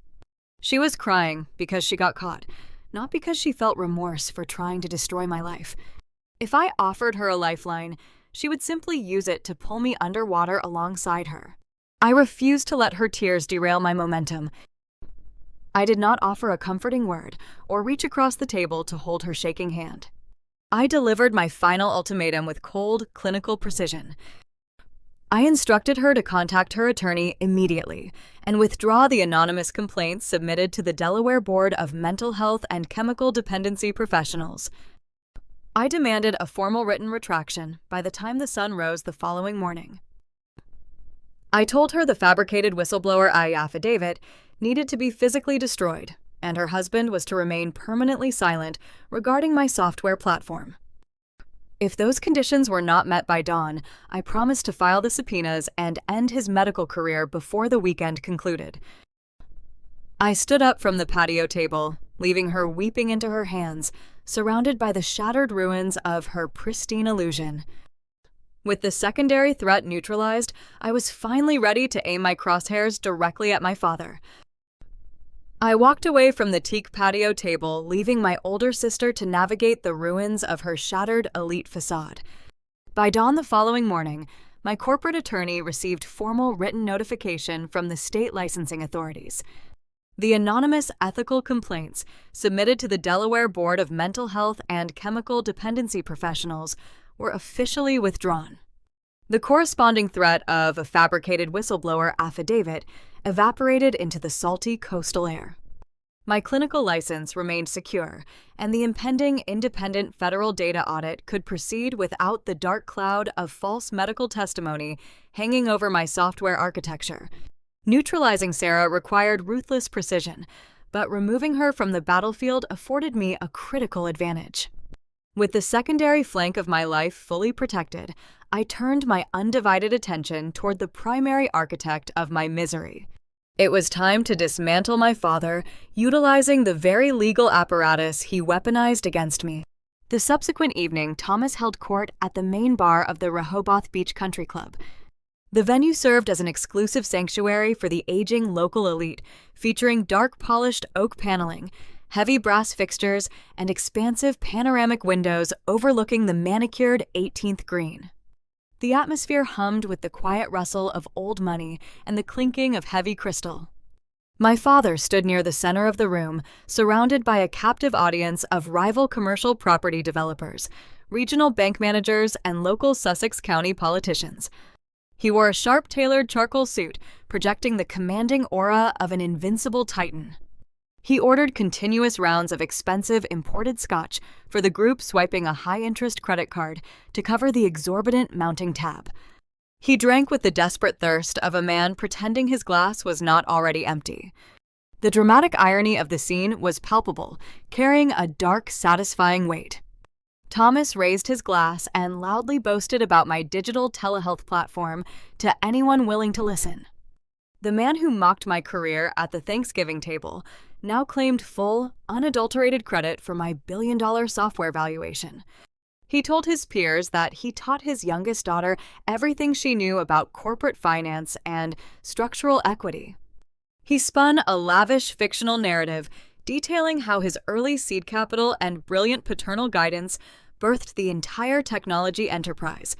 He reveled in the premature congratulations, soaking up the visible envy radiating from his business associates. He operated under the firm, arrogant belief that the fake settlement draft I leaked to his litigation attorney earlier in the week represented a genuine, unconditional surrender. He toasted his imagined victory, entirely unaware of the lethal legal machinery I was activating just a few miles north. While Thomas drank expensive liquor and spent money he did not actually possess, I sat in a sterile, fluorescent-lit conference room in downtown Wilmington. I sat across from my lead corporate defense litigator, spreading my handwritten notes from the municipal archives across the polished glass table.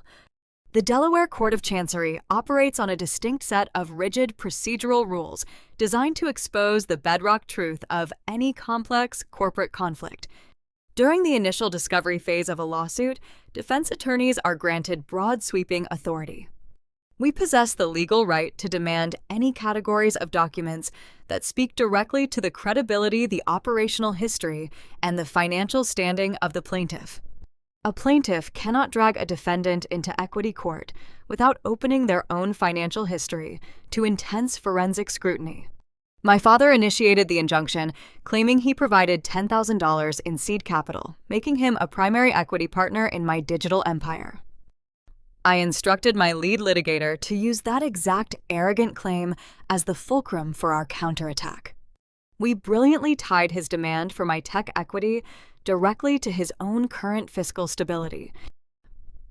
I explained to my lawyer that if Thomas was truly a wealthy primary investor capable of funding a billion-dollar software firm, his personal holding companies needed to reflect the robust financial health required to make and sustain such an investment.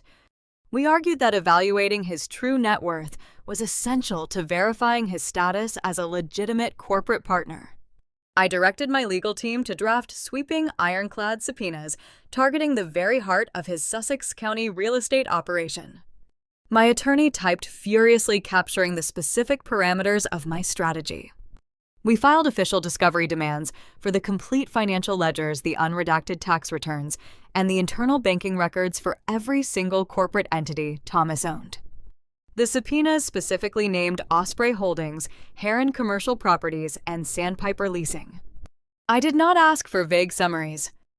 I demanded the immediate surrender of all mezzanine loan contracts, private debt covenants, and collateral registries signed over the previous 36 months. The legal filings were exhaustive, leaving zero room for interpretation or redaction.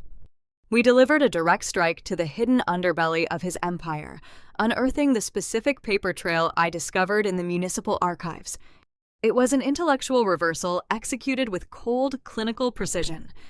I did not need to publicly accuse my father of federal bank fraud or present my handwritten notes to a judge. I merely built a silent legal trap utilizing the unchecked momentum of his own greed. By continuing his frivolous chancery lawsuit against me, Thomas would be legally forced to submit those fraudulent, overlapping loan documents into the public court record. The Delaware legal system offers no safe harbor for a plaintiff caught in this specific vice. Failing to produce the requested ledgers during the discovery phase would result in an immediate dismissal of his equity claim and trigger severe contempt of court charges. He would lose his leverage over my software company instantly. However, submitting the documents presented a far more terrifying reality. Complying with the subpoena would require him to swear under penalty of perjury that the financial records were accurate and complete. Doing so would place the exact, undeniable proof of his overlapping collateral and his criminal bank fraud directly into the hands of a Delaware judge. He constructed a bureaucratic cage designed to steal my life work, and I simply welded the heavy steel door shut behind him. He faced two fatal options. He could either drop the lawsuit and face inevitable catastrophic foreclosure from his private, unregulated lenders, or he could pursue my digital wealth and hand the federal authorities the exact paperwork required to send him to a federal penitentiary. As the sun set over the Delaware coast, casting long, dark shadows across the manicured golf course, Thomas ordered another round of drinks on borrowed credit. He smiled and shook hands, feeling like a reigning king among his peers. He believed his physical dirt conquered my invisible cloud. He had no idea the crown he wore was already disintegrating into dust. The trap was set. The subpoenas were filed, and the fragile illusion of his lifelong success was hurtling toward a concrete wall. The stage was perfectly set for a brutal awakening in the deposition room, where all his lies would finally collide with reality. Tuesday morning arrived with a biting coastal chill sweeping through the downtown Wilmington business district. The Delaware Court of Chancery mandates a formal mediation session for all corporate equity disputes before a judge will agree to hear oral arguments in an open courtroom. This procedural requirement is designed to force opposing parties into a room to test the strength of their respective claims. My lead corporate defense attorney secured a private boardroom on the 20th floor of a high-rise legal center. The space was a masterclass in sterile corporate intimidation. The room featured polished concrete floors, frosted glass walls, and a sprawling rectangular table carved from a single slab of cold gray marble. The fluorescent lighting above hummed with a low, steady frequency, draining all the warmth from the room. I sat on one side of the marble slab, resting my hands in my lap, waiting for the architect of my misery to arrive. Thomas pushed through the heavy glass doors 10 minutes past the scheduled start time. He orchestrated his late arrival as a calculated power play designed to make us wait for his presence.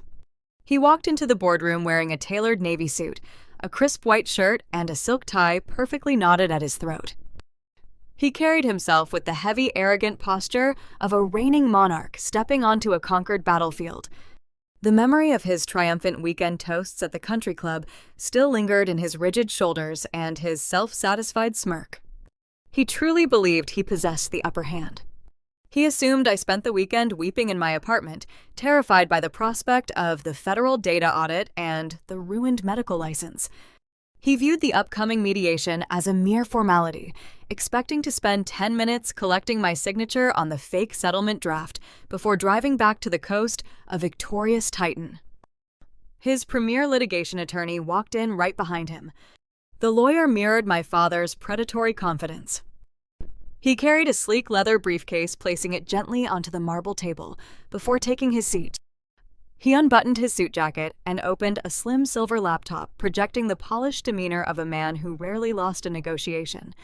A court-appointed mediator sat at the head of the table, reciting the standard legal disclaimers and the rules of engagement for the morning session. I kept my eyes locked on my father. He refused to look at me directly, opting instead to stare at the blank wall behind my head. He treated me not as a daughter sitting across a table, but as a minor bureaucratic obstacle standing between him and his payday. When the mediator finished the introductory remarks, the opposing litigator immediately seized control of the conversation. He did not waste breath on pleasantries or attempt to find common ground. He launched into a rapid, relentless offensive. He laid out the terms of my surrender, citing the exact clauses from the bogus settlement draft I leaked to his office the previous week. He demanded the immediate transfer of 20% of my corporate capitalization table into the holding companies managed by Thomas and Sarah. He spoke with a sharp, condescending rhythm, assuming we were cornered and desperate. He referenced the impending independent software audit, hinting darkly that failing to sign the paperwork today would result in the total destruction of my telehealth platform. He pushed a silver pen across the marble slab, pointing toward the signature line on his printed contract. I did not reach for the pen. I remained perfectly still, letting the silence stretch out and fill the cold room. My corporate defense attorney did not raise his voice or object to the condescending tone. He allowed the opposing lawyer to finish his entire arrogant monologue. When the litigator finally stopped speaking, expecting my capitulation, my attorney simply shook his head. He reached into his leather satchel and pulled out a thick, heavy manila folder. He placed the folder onto the marble table and opened the cover. He did not yell or engage in theatrical courtroom behavior. He used a single finger to slide a stack of densely printed municipal property ledgers across the smooth gray stone. The papers came to a rest directly in front of the opposing litigator. The lawyer frowned, annoyed by the sudden deviation from his expected script. He picked up the first page and began to read. I sat frozen, watching the microscopic shifts in his facial expressions. The transformation was slow at first and then terrifyingly rapid. The lawyer possessed decades of experience navigating the treacherous waters of commercial real estate law. He understood the mechanics of corporate debt better than anyone else in the room. His eyes darted back and forth across the printed text, absorbing the specific dates, the listed properties, and the recorded lien holders. He read the public records for Osprey Holdings. He examined the deeds for Heron Commercial Properties. He saw the exact same retail strip malls and downtown office spaces pledged as sole collateral to multiple different private lending firms simultaneously. He processed the dates of the mezzanine loans, recognizing that his client signed sworn financial affidavits, promising those properties were free and clear of all other debt. The arrogant, predatory confidence evaporated from the litigator's face in a matter of seconds. The healthy pink flush in his cheeks vanished, leaving behind a sickly, pale gray pallor. His jaw went slack and his breathing turned shallow. He realized in real time that the man sitting next to him was not a wealthy real estate titan. He was representing a desperate criminal. My attorney leaned forward, resting his elbows on the table. He spoke in a cold, clinical whisper that cut through the humming of the fluorescent lights. He explained that my tech equity remained firmly off the table. He informed the opposing counsel that we filed official discovery subpoenas yesterday afternoon, demanding the unredacted financial ledgers for every single entity Thomas owned. He outlined the lethal trap we constructed. If Thomas refused to drop his frivolous chancery lawsuit by the end of the business day, we would proceed to the discovery phase tomorrow morning. Those fraudulent, overlapping loan documents would be entered into the permanent public court record. Thomas stared at the paperwork, scattered across the table, his chest heaving with sudden, erratic breaths. The smug country club smirk melted off his face, replaced by a look of profound, unadulterated terror. He did not understand the intricate legal rules of discovery, but he understood the raw, undeniable exposure of his secret shell game. He saw the names of his private, unregulated lenders printed in black ink. He knew that if those documents became public knowledge, the lenders would trigger the default clauses before sunset. The illusion he spent a lifetime building was dismantled in less than 3 minutes, without a single raised voice. He turned his head, looking at his high-priced litigator for a lifeline. He expected the ruthless lawyer to interject to find a legal loophole or launch a counter-threat to save the operation. But the dynamic in the room had fundamentally shifted. The attorney-client privilege is a sacred bond in the legal profession, protecting private communications between a lawyer and their client. However, that privilege contains a rigid, unyielding exception.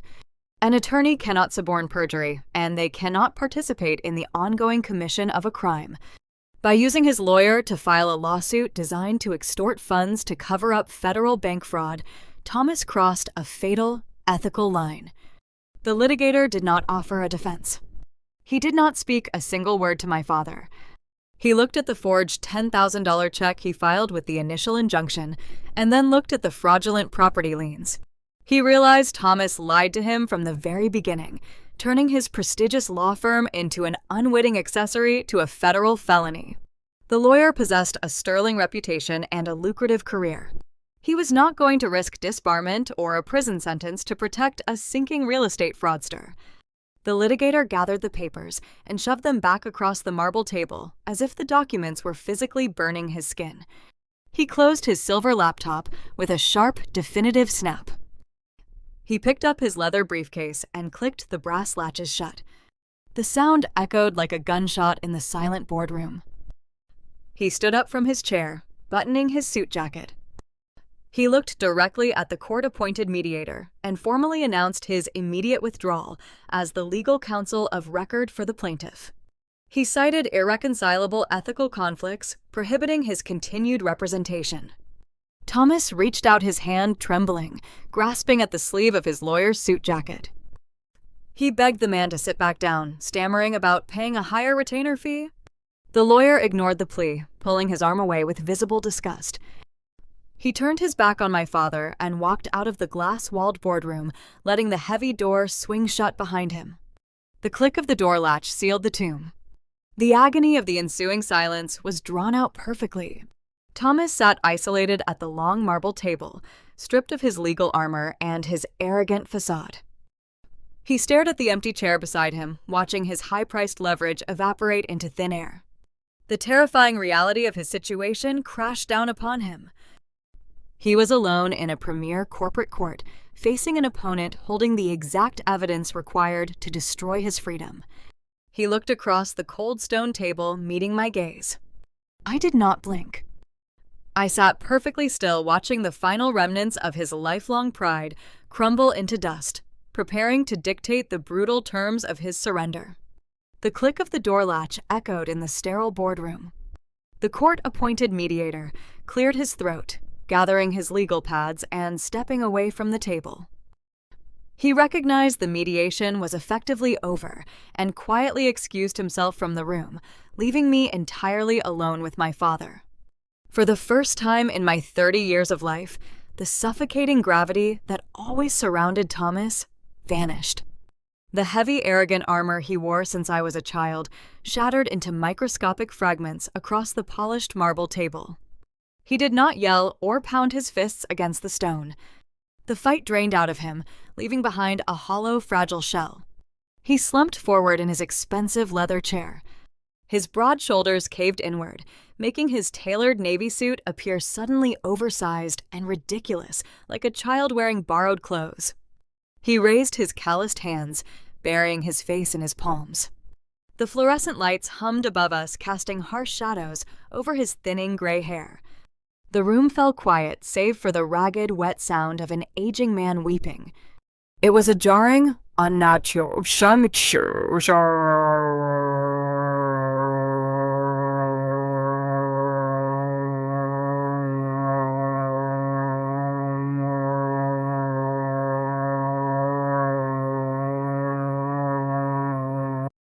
I spent my childhood viewing him as an unyielding force of nature, incapable of displaying pain or hesitation. Watching him cry in a glass-walled corporate office felt like watching a mountain collapse into the sea. He did not look up when he finally began to speak. His voice lacked the booming, authoritative cadence he utilized at the Thanksgiving dinner table or the country club bar. It was a cracked, vulnerable whisper forced out between shallow gasps of air. He confessed the terrifying truth I already uncovered in the municipal archives. But hearing the words leave his lips carried a devastating emotional weight. He admitted his commercial real estate empire was a rotting facade. He confessed to drowning in high-interest debt, stating he signed those fraudulent mezzanine loans because the alternative meant losing the physical deeds that provided his only sense of safety in the world. Then the ruthless businessman faded away, exposing the terrified farm boy hiding beneath the surface. Thomas spoke about the bitter freezing cold of that Sussex County farmhouse. He described waking up on January mornings with ice forming on the inside of his bedroom window panes. He talked about the deep-burning humiliation of wearing tattered hand-me-down clothes to the local public school, while the affluent coastal children pointed and laughed at his mud-stained boots. He recounted the exact afternoon the regional bank executives arrived to foreclose on his childhood home. He remembered the look of pure, unfiltered defeat in his own father's eyes as the sheriff locked the front door, forcing their family into the freezing rain with nothing but a few trash bags filled with cheap belongings. He peered through his fingers, his eyes red and exhausted, looking at me across the cold stone table. He explained that the terror of poverty never truly left his body. The fear lodged itself in his bones, dictating every decision he made for the next 50 years. He equated physical land with survival, believing that holding a property deed was the only way to guarantee he would never freeze or starve again. When the market shifted and his retail properties began bleeding capital, the old childhood panic consumed his rational mind. He took out the illegal loans to buy time. When the private lenders threatened to expose his overlapping collateral and take his land, he felt the exact same helpless terror he experienced on that rotting wooden porch decades ago. He confessed he did not attack my software company because he hated me. He attacked me because my digital wealth represented a sudden, miraculous life raft floating past a drowning man. He could not comprehend the concept of cloud computing or telehealth algorithms, but he understood the raw purchasing power of a billion-dollar valuation. He admitted he was paralyzed by the fear of dying penniless and disgraced. In his panicked mind, sacrificing my invisible digital empire to save his tangible real estate portfolio was a necessary, brutal equation for survival. I sat in my chair, absorbing the heavy, painful confession. My clinical training provided a clear, objective lens to view his breakdown. I listened to his ragged breathing and recognized the profound tragedy of his existence. Thomas was not a pure, calculated monster driven by cartoonish malice. He was a severely broken man, suffering from decades of unhealed complex trauma. The poverty of his youth warped his psychological framework, destroying his ability to differentiate between financial control and genuine affection. His definition of love was corrupted by a toxic, desperate need to manage every resource around him to prevent another foreclosure. He believed he was protecting his legacy, but his unmanaged trauma transformed him into the exact type of ruthless predator he despised as a child. I watched the tears cut tracks through the deep wrinkles on his face. The pristine corporate environment of the Wilmington Legal Center stood in stark contrast to the rural misery he described, but the emotional temperature in the room felt identical to a freezing winter morning. For years, I tried to earn his validation by achieving academic excellence and building a self-sustaining career. I wanted him to look at me with the same reverence he reserved for a freshly signed commercial lease. Sitting across from his broken form, I realized the futility of that childhood dream. A man drowning in his own unhealed terror possesses zero capacity to recognize or nurture the accomplishments of his children. His emotional bandwidth was consumed by the endless, exhausting task of outrunning his past. He spoke about the specific night he forged the memo line on my old bank check. His voice cracked as he detailed the physical act of taking a blue pen and writing the words, "seed capital," onto the photocopy. He admitted his hands shook so severely he ruined the first 3 attempts. He did not commit the perjury with the cold calculation of a master criminal. He committed the forgery in a blind, sweat-fueled panic, hours after receiving a final notice of default from a private lender holding the deed to his prized coastal strip mall. He saw the news broadcast announcing my pending Silicon Valley buyout, and his traumatized brain categorized my success as a communal resource designed to save his life. He rationalized the theft by convincing himself that a father who suffered through freezing poverty earned the right to harvest the prosperity of his offspring. I processed his words carefully, maintaining my clinical detachment, despite the heavy sorrow settling in my chest. In the realm of behavioral psychology, we often discuss the concept of generational trauma. It is the insidious process where the untreated wounds of a parent become the foundational architecture of their child's reality. Thomas survived the traumatic loss of his childhood farm, but he never processed the grief. Instead, he weaponized it. He used his fear of poverty as a justification to rule his family with an iron fist, demanding absolute financial obedience. He warped his own suffering into a sharp blade and used it to cut down anyone who threatened his sense of control. The tragedy of his confession lay in the profound irony of his current situation. He spent half a century hoarding commercial deeds and shuffling illegal mezzanine loans to ensure he never felt powerless again. Yet his desperate, frantic efforts to secure his legacy were the exact mechanisms that led him to this sterile boardroom. His obsession with tangible dirt pushed him to commit federal bank fraud, trapping him in a legal nightmare of his own making. In his relentless pursuit to escape the ghost of that foreclosed Sussex County farmhouse, he built himself a brand new prison cell, constructed entirely out of fraudulent paper and high-interest debt. The mediator remained absent, leaving us alone with the humming fluorescent lights. Thomas rubbed his face with the back of his sleeve, attempting to regain some small fraction of his dignity. The effort was futile. The illusion was gone forever. He looked at the stack of municipal ledgers sitting between us on the marble table. Those printed pages represented the culmination of his life's work, exposed as a desperate criminal fraud. He knew I held the power to destroy him with a single phone call to the Federal Banking Commission. I did not feel the triumphant vindication I expected.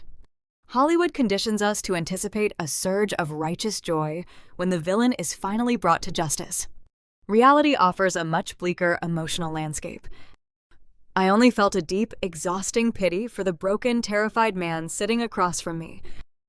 He sacrificed his moral compass, his relationship with his daughter, and his professional integrity just to hold on to a collection of empty retail spaces.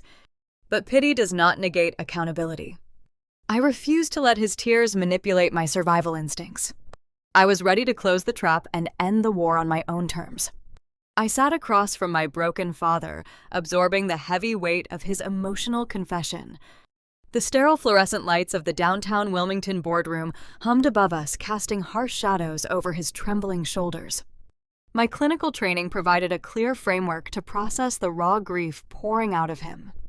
I understood the profound childhood trauma that warped his worldview. I recognized the deep-seated terror of poverty driving his reckless financial decisions and fueling his desperate need for control. Empathy is a vital diagnostic tool in the field of psychology, allowing a therapist to map the origins of destructive behavior. However, understanding the root cause of a psychological wound does not obligate you to finance its ongoing destruction. I knew that if I simply wired the requested $3 million into his checking account, I would not cure his existential fear.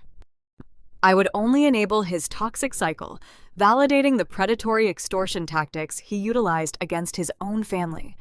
A blind bailout would teach him that his ruthless manipulation yielded a lucrative reward.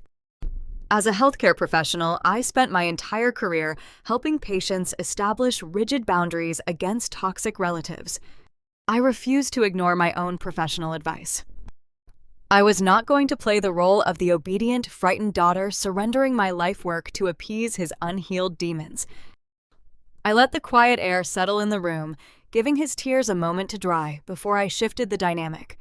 I placed my hands flat against the cold gray marble table and spoke in a steady, unwavering tone.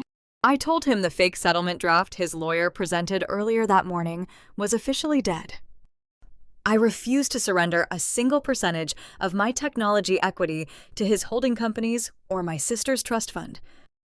I would not write him a blank check to cover the disastrous gambles he made in the commercial real estate market. Thomas lifted his head slowly. His eyes were red and swollen, searching my face for any sign of familial weakness. When he found only cold, clinical resolve, the panic began to rise in his chest all over again. He opened his mouth to protest to remind me of the impending federal bank fraud charges hanging over his head, but I raised my hand to stop him. I explained that while I refused to bail out his checking account, I was willing to extract him from the criminal nightmare he engineered. I offered him a brutal, ironclad settlement designed to save his freedom while systematically dismantling his empire. I outlined the precise legal mechanics of my offer. I proposed a direct acquisition of his primary holding companies.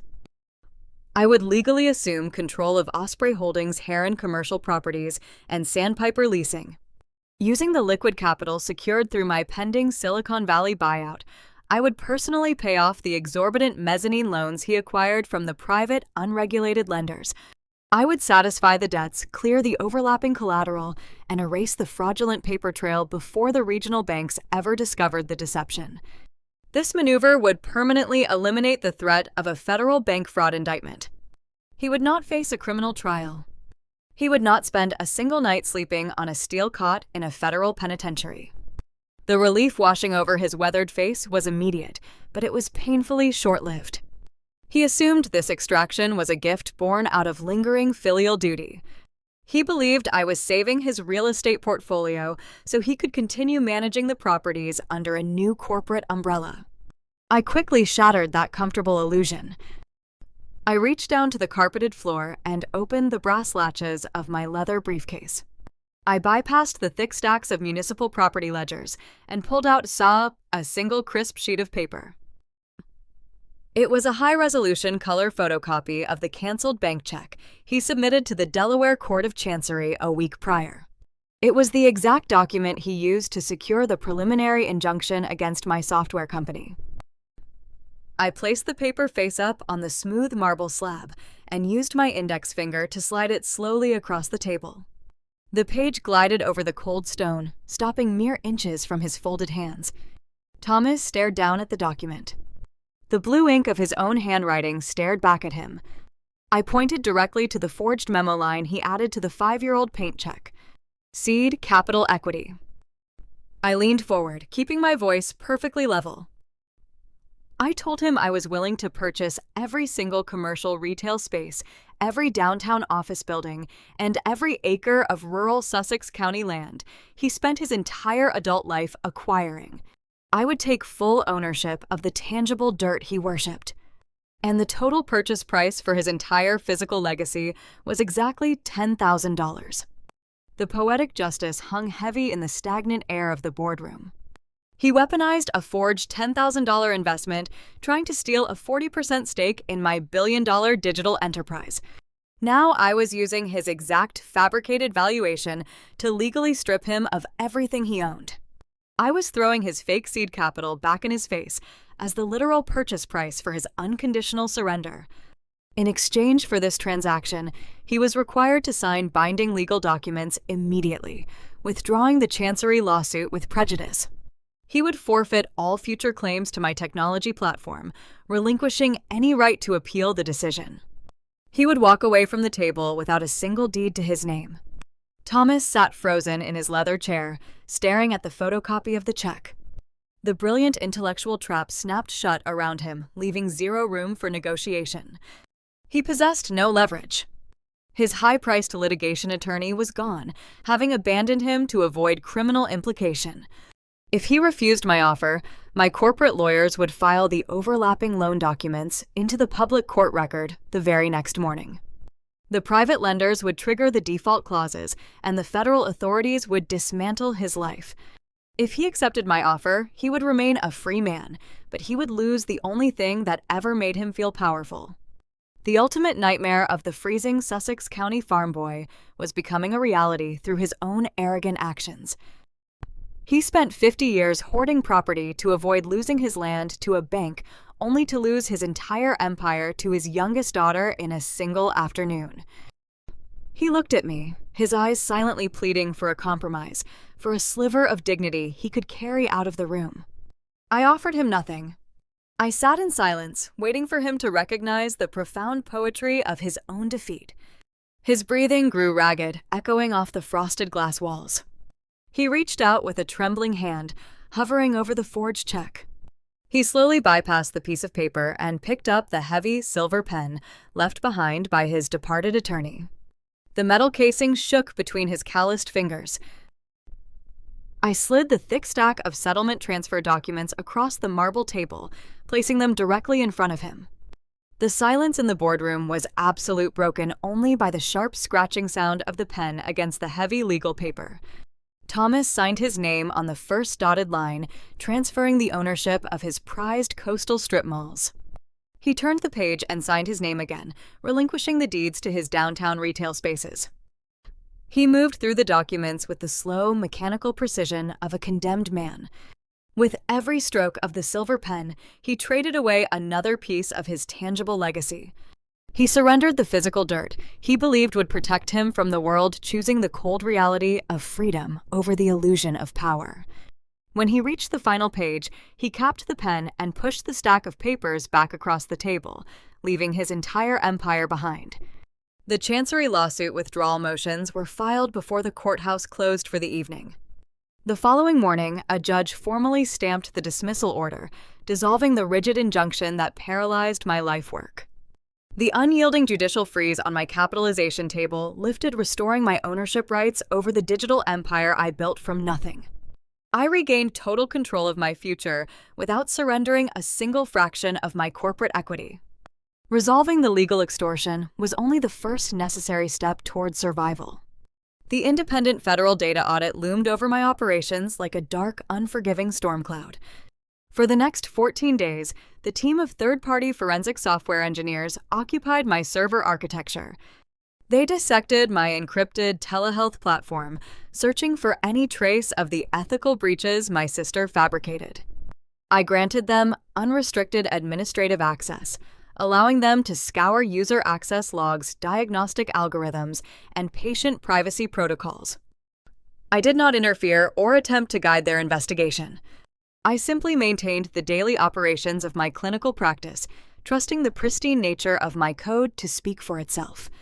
2 weeks later, the lead forensic investigator scheduled a final video conference with myself and the Silicon Valley risk management team. I sat in my small apartment, staring at the digital grid of faces on my laptop screen. The lead auditor did not mince words. He delivered a flawless compliance report.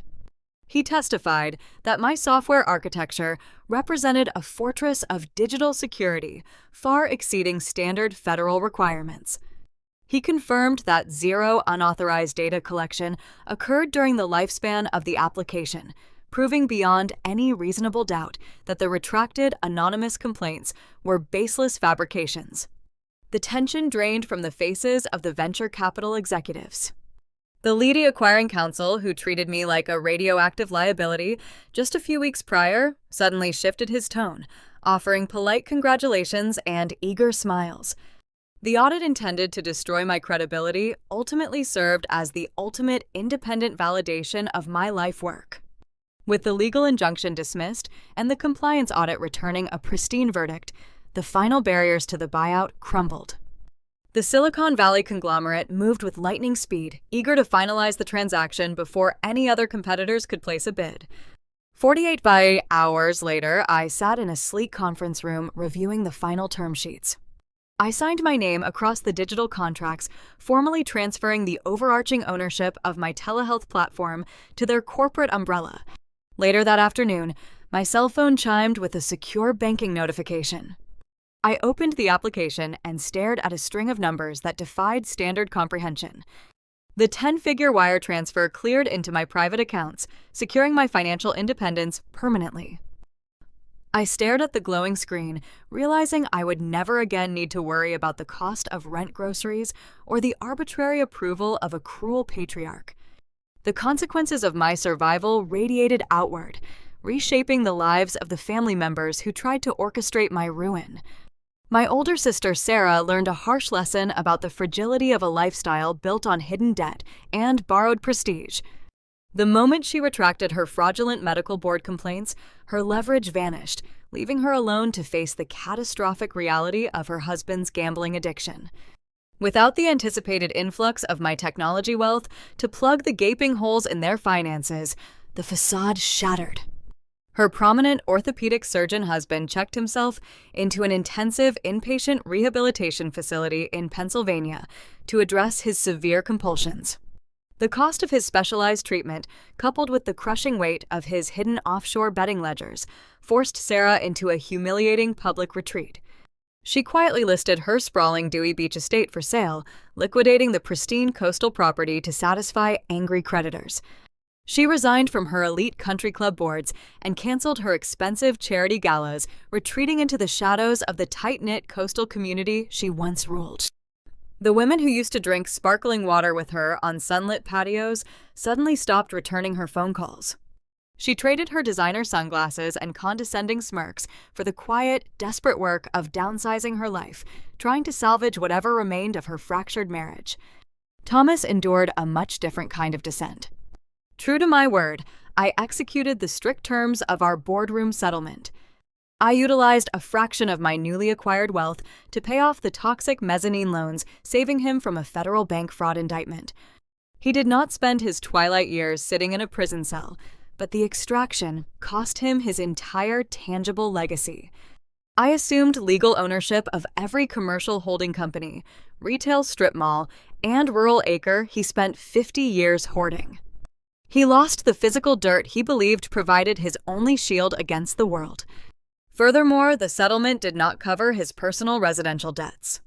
Stripped of his corporate income streams, he could no longer afford the exorbitant property taxes and maintenance fees associated with his lavish Rehoboth Beach mansion. He was forced to sell the sprawling holiday home where he mocked my career over Thanksgiving turkey. He auctioned off the heavy mahogany dining table, the crystal bourbon glasses, and the tailored suits he wore to project invincibility. The aging farm boy who clawed his way into high society found himself tumbling rapidly back down the socio-economic ladder. He packed his remaining modest belongings into a rented moving truck and drove north, leaving the affluent coastal enclaves behind forever. He relocated to Wilmington, a city he always privately despised, searching for affordable housing on a fixed, dwindling income. He eventually signed a lease for a small 2-bedroom unit, located within a quiet, unassuming brick apartment complex on the outskirts of the city.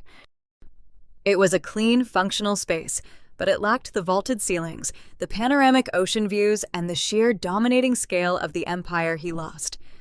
But the universe operates with a sharp, poetic rhythm, delivering justice in ways no fictional narrative could ever improve upon. The first day of the following month, Thomas sat at a cheap laminate table in his new apartment. He pulled out a paper checkbook, retrieving a blue ink pen to fulfill his monthly financial obligation. He wrote out the required sum, carefully spelling the name of the corporate property management firm listed on his leasing agreement.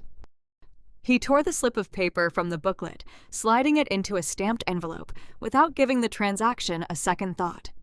He assumed he was sending his money to a faceless, bureaucratic entity operating out of some distant corporate headquarters. He had no idea about the structural hierarchy of his new living arrangement. Shortly after finalizing the Silicon Valley buyout, I diversified a small portion of my liquid capital. I established a new private holding company, specifically designed to acquire stable residential real estate throughout Newcastle County. The very first property my new firm purchased was that exact unassuming brick apartment complex on the outskirts of Wilmington. The man who spent his entire life worshiping property deeds, the man who stood at the head of a Thanksgiving table and called his daughter a financial disgrace for renting a small apartment, was now caught in the ultimate trap of his own making. He mocked me for not owning physical dirt, claiming my digital career was a useless hobby. Now stripped of his wealth and his arrogant pride, he sat at a laminate table writing a rent check to his youngest daughter every single month, just to keep a roof over his head. I did not gloat or send him a letter revealing my ownership of the building. The quiet, invisible knowledge of the transaction provided a deep, profound satisfaction that required no audience. The war was officially over, and the board was cleared, setting the stage for me to take the wreckage of my past and build something entirely new. 6 months passed since the ink dried on the Chancery dismissal. The bitter, freezing winds of the Delaware winter surrendered to the heavy, thick heat of midsummer. The humid air rolled beautifully off the coastal marshes, carrying the distinct scent of sweetgrass and salty ocean brine. I stood on the wraparound porch of the sprawling rural Sussex County property I acquired during the corporate settlement. This specific estate used to serve as the crown jewel of my father's hidden portfolio. It was a massive tract of fertile earth, anchored by a grand colonial farmhouse, sitting at the end of a long, winding driveway. When I purchased the land from him for $10,000, the local zoning board assumed I would immediately demolish the aging structures. The surrounding developers expected me to clear the old timber and pour concrete foundations to construct a lucrative subdivision of luxury condominiums. They viewed the acreage strictly through the lens of retail profit, mirroring the exact philosophy that drove Thomas into financial ruin. I refused to pour a single ounce of concrete. I did not purchase the property to become a coastal real estate baron. I utilized a fraction of the liquid capital generated from the Silicon Valley acquisition to execute a radically different vision. Over the course of the spring, I hired teams of local contractors to completely gut and renovate the aging estate. We reinforced the failing foundation and replaced the rotting roof. We expanded the narrow hallways, installing floor-to-ceiling windows that allowed natural sunlight to flood the interior spaces. We transformed the overgrown, neglected acreage into serene walking paths and quiet meditation gardens. I did not build a monument to corporate greed. I built a high-end inpatient mental health retreat specifically designed for severe trauma survivors. The facility opened its doors in early June, offering a sanctuary for individuals seeking to rebuild their shattered psychological foundations. I employed a full staff of licensed clinical therapists, trauma specialists, and psychiatric nurses. As I leaned against the sturdy wooden railing of the porch, I watched a small group of residents walking peacefully through the manicured gardens. One of them was a military veteran, navigating the complex aftermath of multiple combat deployments. Another was a young woman finding her footing after escaping a decade of severe domestic isolation. They were doing the grueling, unglamorous work of genuine emotional healing. Watching them walk beneath the old oak trees provided a profound sense of closure. My family once mocked my profession, treating my clinical career as a naive, struggling hobby. They attempted to weaponize my corporate success to fund their toxic, broken lives. But the past 6 months taught me a vital lesson about the true nature of power. True wealth has nothing to do with hoarding tangible dirt in a desperate attempt to outrun your childhood fears. Real power is not defined by threatening your relatives at a Thanksgiving dinner table or hiding behind fraudulent mezzanine loans. True wealth is possessing the psychological resilience to survive a devastating betrayal. It is the ability to dismantle the traps set against you, strip the weapons from your enemies, and use the resulting wreckage to build an institution that actually heals the world. The sound of tires crushing gravel interrupted my quiet reflection. A faded midsize sedan turned off the main county road and slowly navigated the long, winding driveway leading up to the retreat. The vehicle lacked the polished, aggressive gleam of the imported luxury cars Thomas used to drive during his country club days. The sedan came to a stop near the designated visitor parking area. The engine idled for a moment before shutting off. The driver's side door opened, and my father stepped out into the humid summer heat. He wore a beige linen suit that hung slightly loose on his frame, reflecting the physical toll of his downsized reality. He no longer projected the terrifying, invincible aura of a coastal real estate magnate. The heavy arrogance that defined his existence was significantly diluted, replaced by a nervous, restless energy. However, the core vanity of his character refused to die completely. He adjusted his collar and smoothed the front of his jacket, attempting to summon the ghost of his former authority. He received a standard community flyer in his apartment mailbox announcing the official grand opening of the retreat. He decided to attend the public reception, operating under the delusion that our shared bloodline granted him an automatic waiver for his past transgressions. He walked up the stone pathway toward the wraparound porch. He looked around the pristine grounds, absorbing the incredible transformation of the property he lost. I could see the conflict warring behind his tired eyes. He was grieving the loss of his tangible dirt, while simultaneously trying to claim unearned credit for the beautiful facility standing in front of him. He climbed the wooden steps and approached the spot where I stood waiting. He offered a tight, forced smile, trying to bridge the vast chasm between us with a single familiar expression. He did not offer an apology for the forged check, the corporate lawsuit, or the cruel insults. He skipped over the accountability phase entirely, attempting to fast forward to a comfortable reconciliation. He greeted me with a false, jovial tone, praising the architectural renovations. He spoke as if we were merely two business peers admiring a successful joint venture. He acted as if the brutal legal war in the Wilmington boardroom never occurred. He assumed that because time passed and the dust settled, I would naturally revert to the role of the desperate daughter seeking his paternal approval. I did not yell. I did not berate him or list his numerous crimes.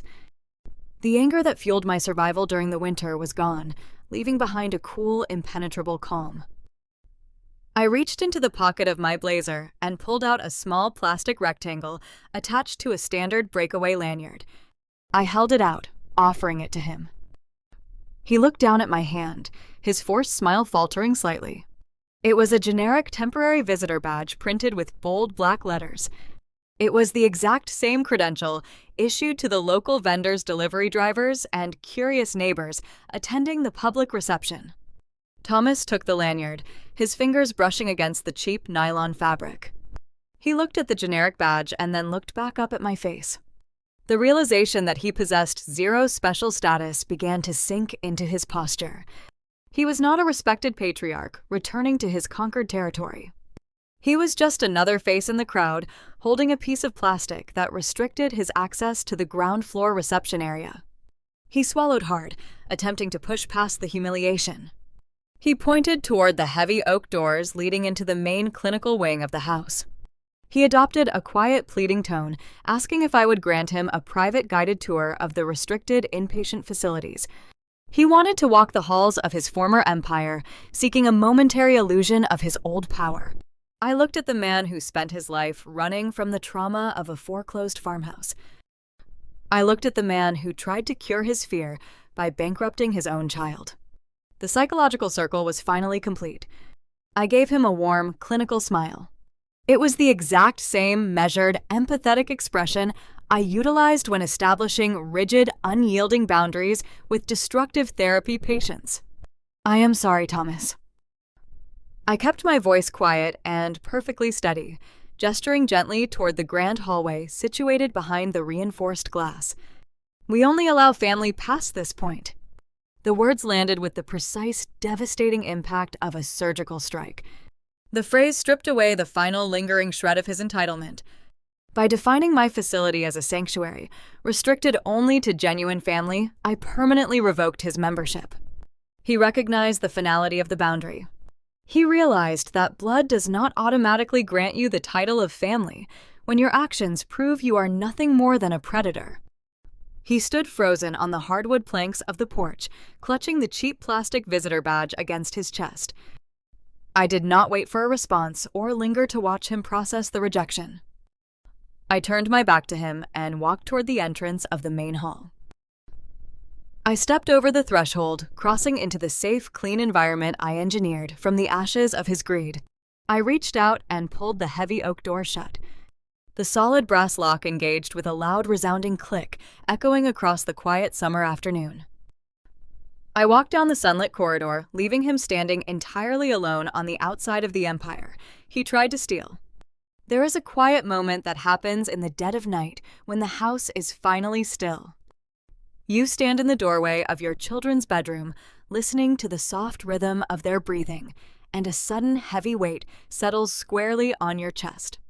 It is the weight of the future. In American culture, we are constantly sold a very specific version of the dream. We are told our ultimate duty as parents is to build an impenetrable financial fortress to ensure our children never have to struggle the way we did. We obsess over college funds, property deeds, and generational wealth. But the story of Thomas and Jessica stands as a dark, modern mirror, forcing us to ask a terrifying question. What happens when the relentless pursuit of that material legacy completely hollows out the soul of the family? When we look at a man like Thomas, it is easy to dismiss him as a monster corrupted by greed. But from a spiritual perspective, his fatal flaw was not simply malice. It was a profound lack of inner wisdom. Every parent carries a ghost from their past. For Thomas, it was the bitter freezing cold of a foreclosed rural farmhouse. He spent his entire adult life hoarding commercial real estate, trying to pave over the humiliation of his childhood poverty. But true wisdom requires the painful realization that material success can never heal a psychological wound. Society conditions us to believe that providing a massive financial safety net is the ultimate act of paternal love. We work grueling hours, and we justify our absence by pointing to the bank account. Yet, when we fail to examine our own unhealed fears, we subconsciously pass that exact anxiety down to our children. Wisdom as a parent requires looking inward to identify your own freezing farmhouse. You have to ask yourself if your daily decisions are driven by a genuine desire to see your children thrive as independent souls, or if you are projecting your own unresolved terror of failure onto their shoulders.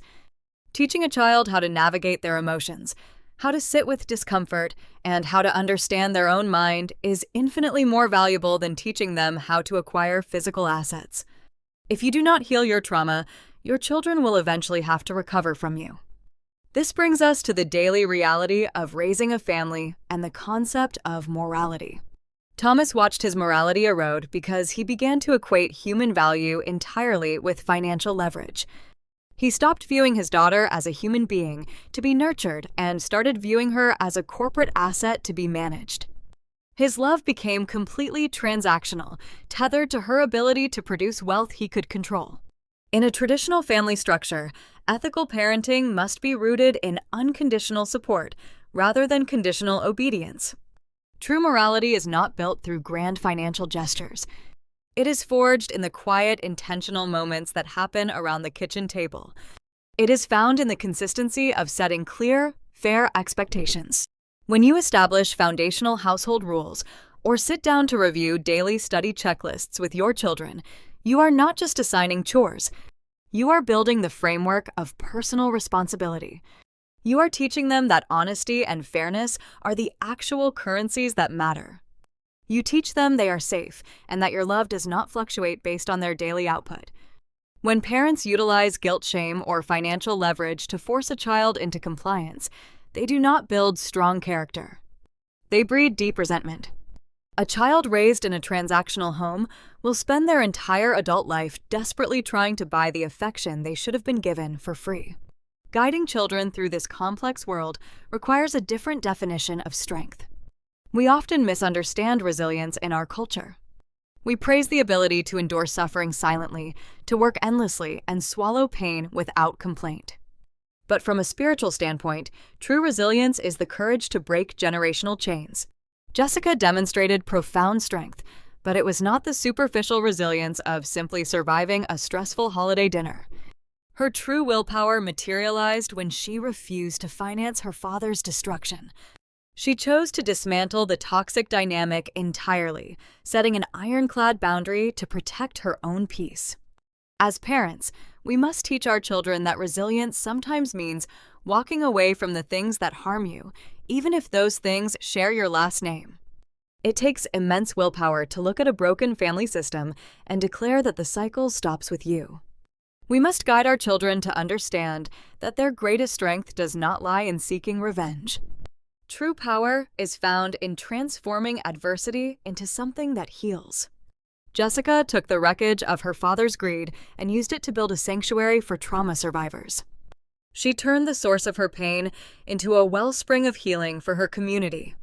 If you find value in exploring these complex family dynamics and uncovering the psychological truths hidden beneath the surface, take a moment to subscribe and follow the channel Silent Vengeance Stories. We dive deep into the narratives that challenge our understanding of loyalty, justice, and human resilience. A parent's greatest legacy is not the property deeds, the stock portfolios, or the trust funds they leave behind in a safety deposit box. The only legacy that actually survives the passage of time is the emotional intelligence, the ethical grounding, and the inner peace we instill in our children. We spend decades desperately trying to build a perfect house for our families to live in. But when the lights go out and the house is completely quiet, you have to wonder, are you building a sanctuary that will shelter your children long after you are gone? Or are you just building a beautiful haunted house where your own unhealed ghosts will wander the halls waiting for them to wake up?